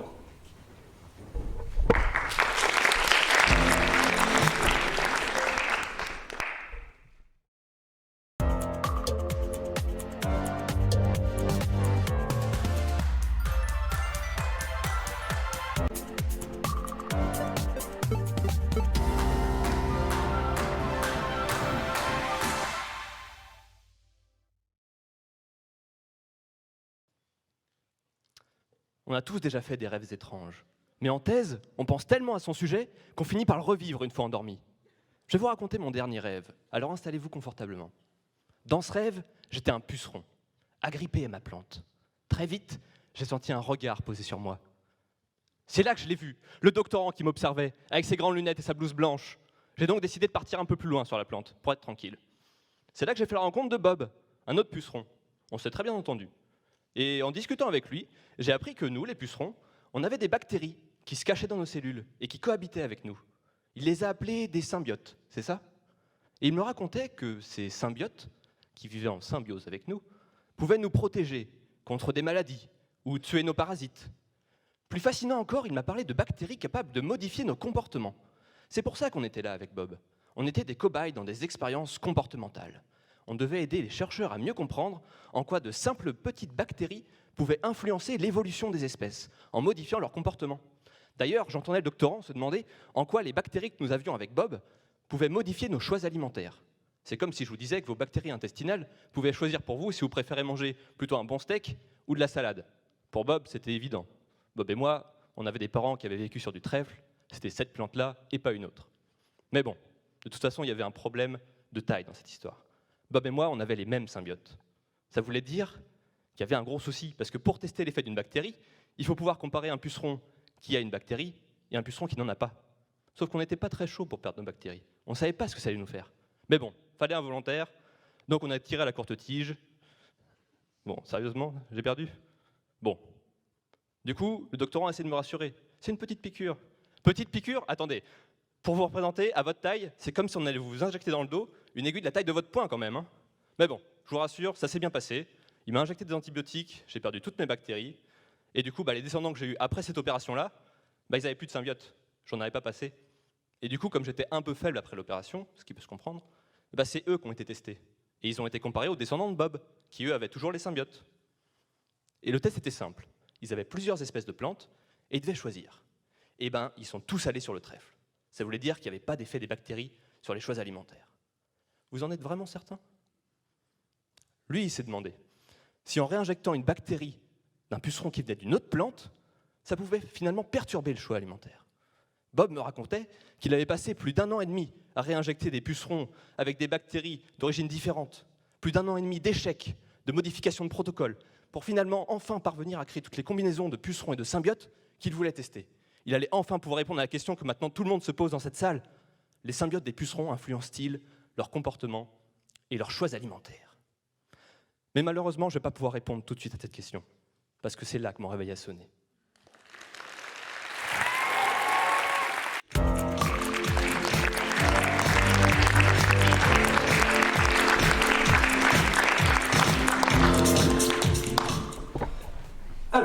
j'ai une bonne et une mauvaise nouvelle. Et la bonne nouvelle, c'est que actuellement la délibération et le déploiement sont en cours. La mauvaise, c'est qu'ils sont en cours encore. Oui, c'est vrai. Ah, c'était serré. Très bien. Alors là, ce que je tiens, c'est le... C'est quoi que je tiens? Du dépouillement, donc le prix du public, finalement. Alors, je pense que les doctorants sont en point. Le prix du public est décerné à moi, mon chien et les autres à la recherche des transcrits perdus.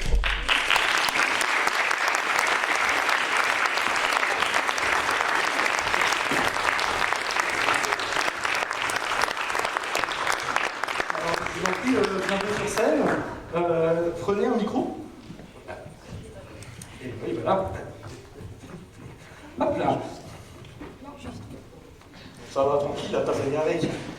Approchez-vous parce qu'on a un problème de fil. Merci. Non, mais sinon, il y a le côté sans fil aussi qui est pas mal. Tu sais, la technologie, tout ça, tout ça. Voilà. En fait, ce que je voulais, c'est qu'il fasse un discours.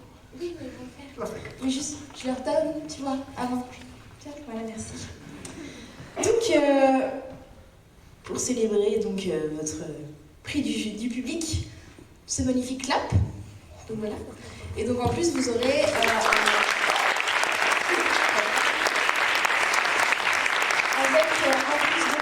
un chèque cadeau que vous pourrez utiliser dans plusieurs magasins et des places pour un escape game. Donc voilà.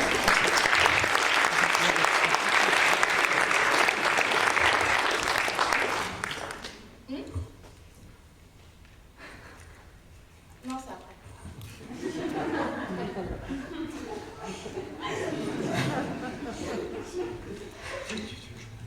Non, sympa. Tu peux rester. Je te surveille juste de près. Je me sens en sécurité. Oui. Ah oui, bah du coup, pardon. Je m'éloigne un peu. Donc si vous avez un discours, des remerciements, tout ça, tout ça. Discours. Eh ben, merci, parce que je m'y attendais pas. Moi non plus. Donc, merci à tous. Et puis, bah, on a peut-être gagné, c'est sympa, mais je tiens à dire que nos collègues méritaient aussi. Donc, je pense qu'on est tous à égalité là-dessus. Même si vous avez choisi pour nous, on est tous à égalité.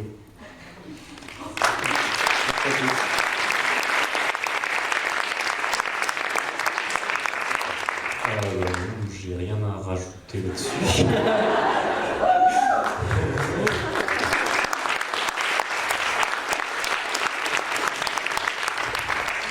Merci. Je vous en prie, vous sentiez par là.